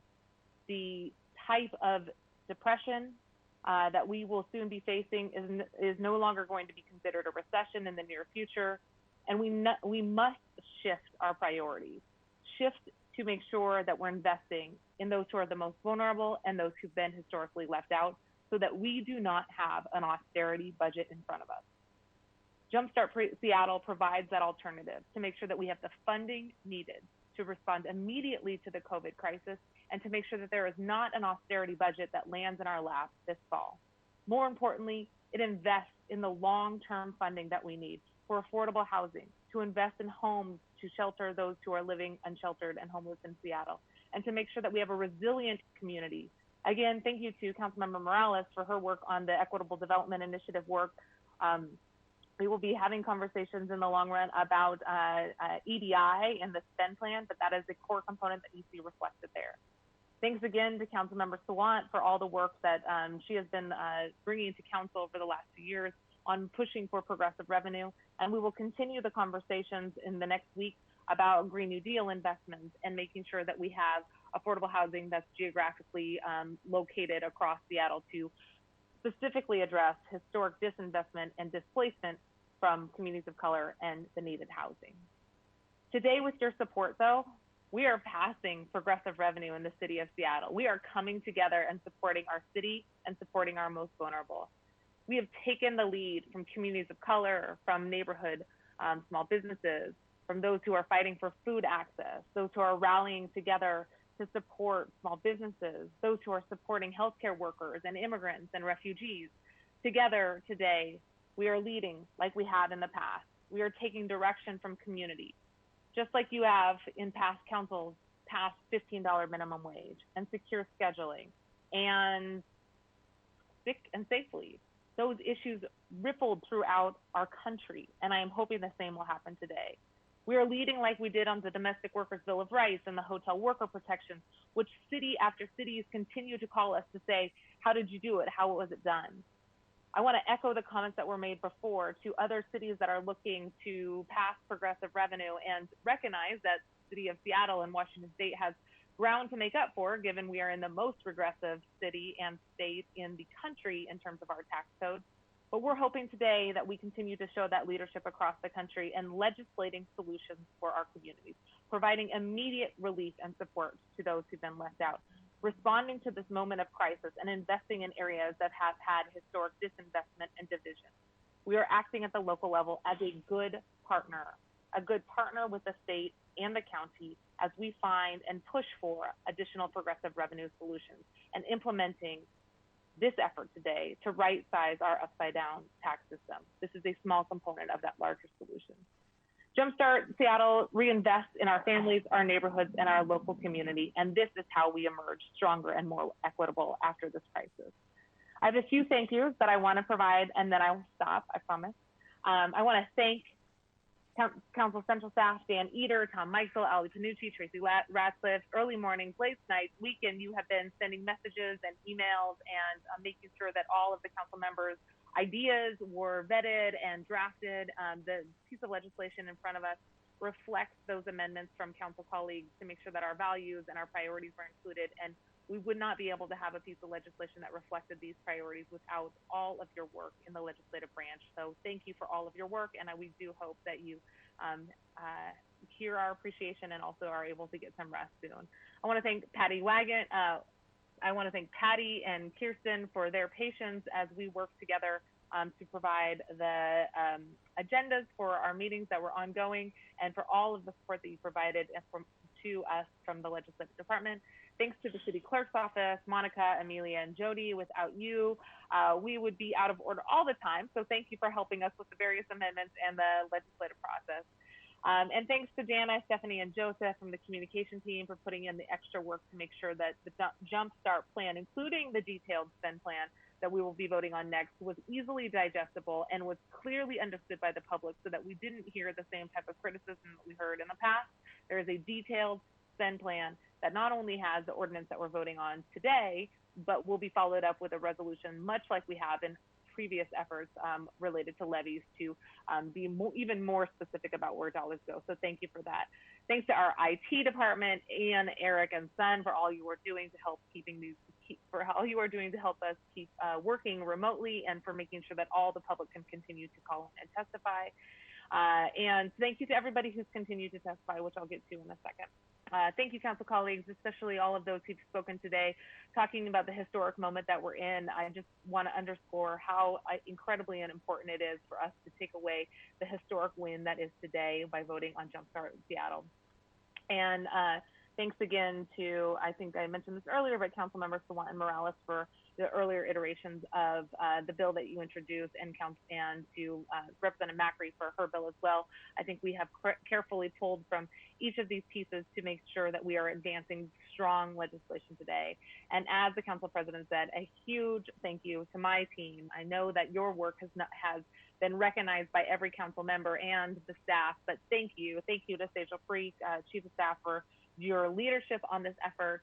And thank you to my incredible team, Aaron House, Faride Cuevas, Aretha Basu, each who reached out to specific constituencies and got feedback from folks and worked on various amendments. Council President, I know I am going long, but I would be remiss if I didn't say thank you to the committee, a handful of organizations, if you might be so kind to allow me a few more minutes. To the faith organizations, thank you folks like Faith Action Network, Seattle Mennonite Church, Interfaith Task Force on Homelessness, Just Peace Council, and the Church Council of Greater Seattle, to food access organizations, Food and Water Action, North Helpline, and to Operation Stack Lunch, to local businesses and transit and mobility organizations, Cafe Red and the station and Cascade Bicycle Club. Thank you to the community resilience organizations such as Bird Bar Place, Child Care Resources, MSC, Neighborhood House, Lifelong AIDS, and Queen Anne Helpline, along with Somali Youth Organization. Progressive organizations like Civic Ventures, Budget and Policy Center, Fuse, Puget Sound Sage, Poverty Action, Tech for Recovery, and Puget Sound Action for Retirement, PASARA. Labor organizations, SEIU, 6775, 1199, 925, UWWH, and Protect 17, MLK Labor, the Laborers, Painters, Iron Workers, UFCW 21, and the Washington Nightlife Music Association. Also want to thank immigrant and refugee organizations like Casa Latina, Entre Hermanos, One America, and housing and homelessness organizations, Compass Housing, Low Income Housing Institute, DESC, Solid Ground, REACH, Housing Alliance, Youth Care, Night Watch, Housing Development Consortium, Lake City Partners, Plymouth Housing, the Coalition on Homelessness, and Real Change, just to name a few. And thank you finally to Seattleites who are struggling, whether unemployed or underemployed, whether you've experienced an increase in workload or balancing childcare and working and teaching, whether your business is closed or just reopening, whether you're missing hugs or have lost loved ones. I know you're wrapping your head around this policy right now, and it's a lot. It is a huge win.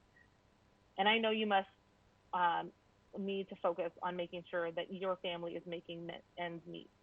We are here in the meantime working on this policy, Jumpstart Seattle, to make sure that communities across Seattle can continue to have access to core services, core protections like housing and food, and that we're investing in the long term so that we are creating a more united, a more resilient, and more equitable Seattle as we recover from this COVID crisis. Thank you, council colleagues.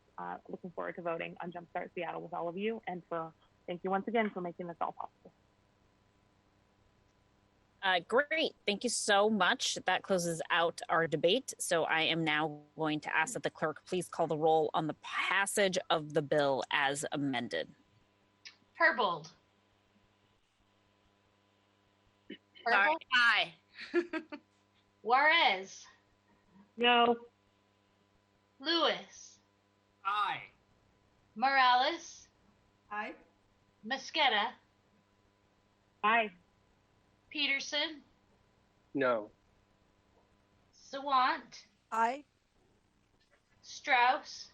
Aye. President Gonzalez. Aye. 7 in favor, 2 opposed. The bill passes as amended and the chair will sign it. And I'd ask that the clerk please affix my signature to the legislation on my behalf. Okay, item 4. I think this is our last agenda item on today's agenda. So I'd ask that the clerk please read item 4 into the record. Agenda item 4, Council Bill 119-111, establishing a spending plan for proposed use of the proceeds generated from the payroll expense tax authorized by the ordinance introduced as Council Bill 119810, establishing an oversight committee and adding a new section 3.35.100 of the Seattle Municipal Code. The committee recommends the bill pass as amended with council members Mosqueda, Herbold, Gonzalez, Juarez, Lewis, Morales, Sawant, and Strauss in favor, and council member Peterson abstained. Thank you so much, Madam Clerk. Councilmember Mosqueda, as chair of the committee, you are recognized in order to address this item. Thank you very much, Council President. So, council colleagues, we have in front of us, I just want to make sure I wasn't frozen. We have in front of us legislation that includes the categories of spending, and this is critical for us to be able to pass today so that we can couple this revenue proposal with the tax package that we just passed. We will also have the opportunity to to talk more about investments in the upcoming Wednesday meeting, not this Wednesday, but the following Wednesday, to talk more about the specifics in terms of what additional allocations you'd like to see. It was not possible for us to know exactly which amendments to advance without knowing the universe of dollars from this conversation, and we wanted to make sure we got that completely right. So now we have feedback from all of you. Your amendments are included. This allows for us to pass this category spend plan to couple with the tax proposal and to then work in greater detail, much like we've done with other levies in the past. For example, the Families and Education levy, we followed it up with very detailed spending plan to complement the categories of spending. Again, I want to thank Ali Panucci for her work to amend this bill so that we could have these categories here. And I will also take a quick minute to add to the thank yous that I just said a moment ago. We would not be in a position to have money to spend without the ongoing feedback that we got from the robust individuals that I listed before who were part of a very broad coalition. And that includes folks at Expedia and Ethan Stoll. So I want to thank the business leaders who have been helping to provide feedback on the tax proposal so that we do have not only the vote that just happened to ensure that there is progressive revenue, but also make sure that we have the ability to invest in critical programs like supporting small businesses, which will reinvest into larger business.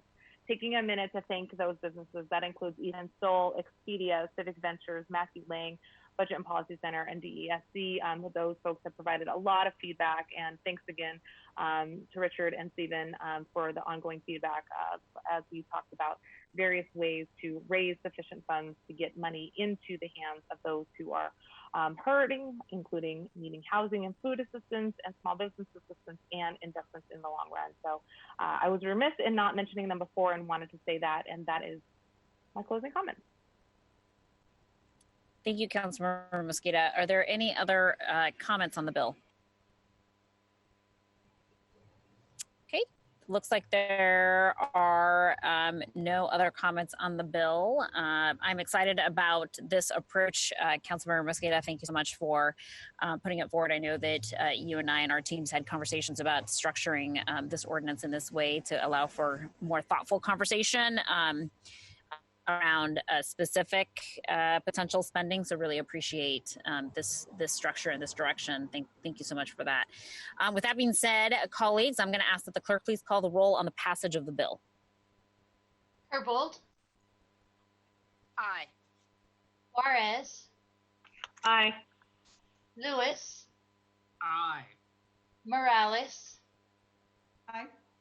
Mosqueda. Aye. Peterson. No. Sawant. Aye. Strauss. Aye. President Gonzalez. Aye. 8 in favor, 1 opposed.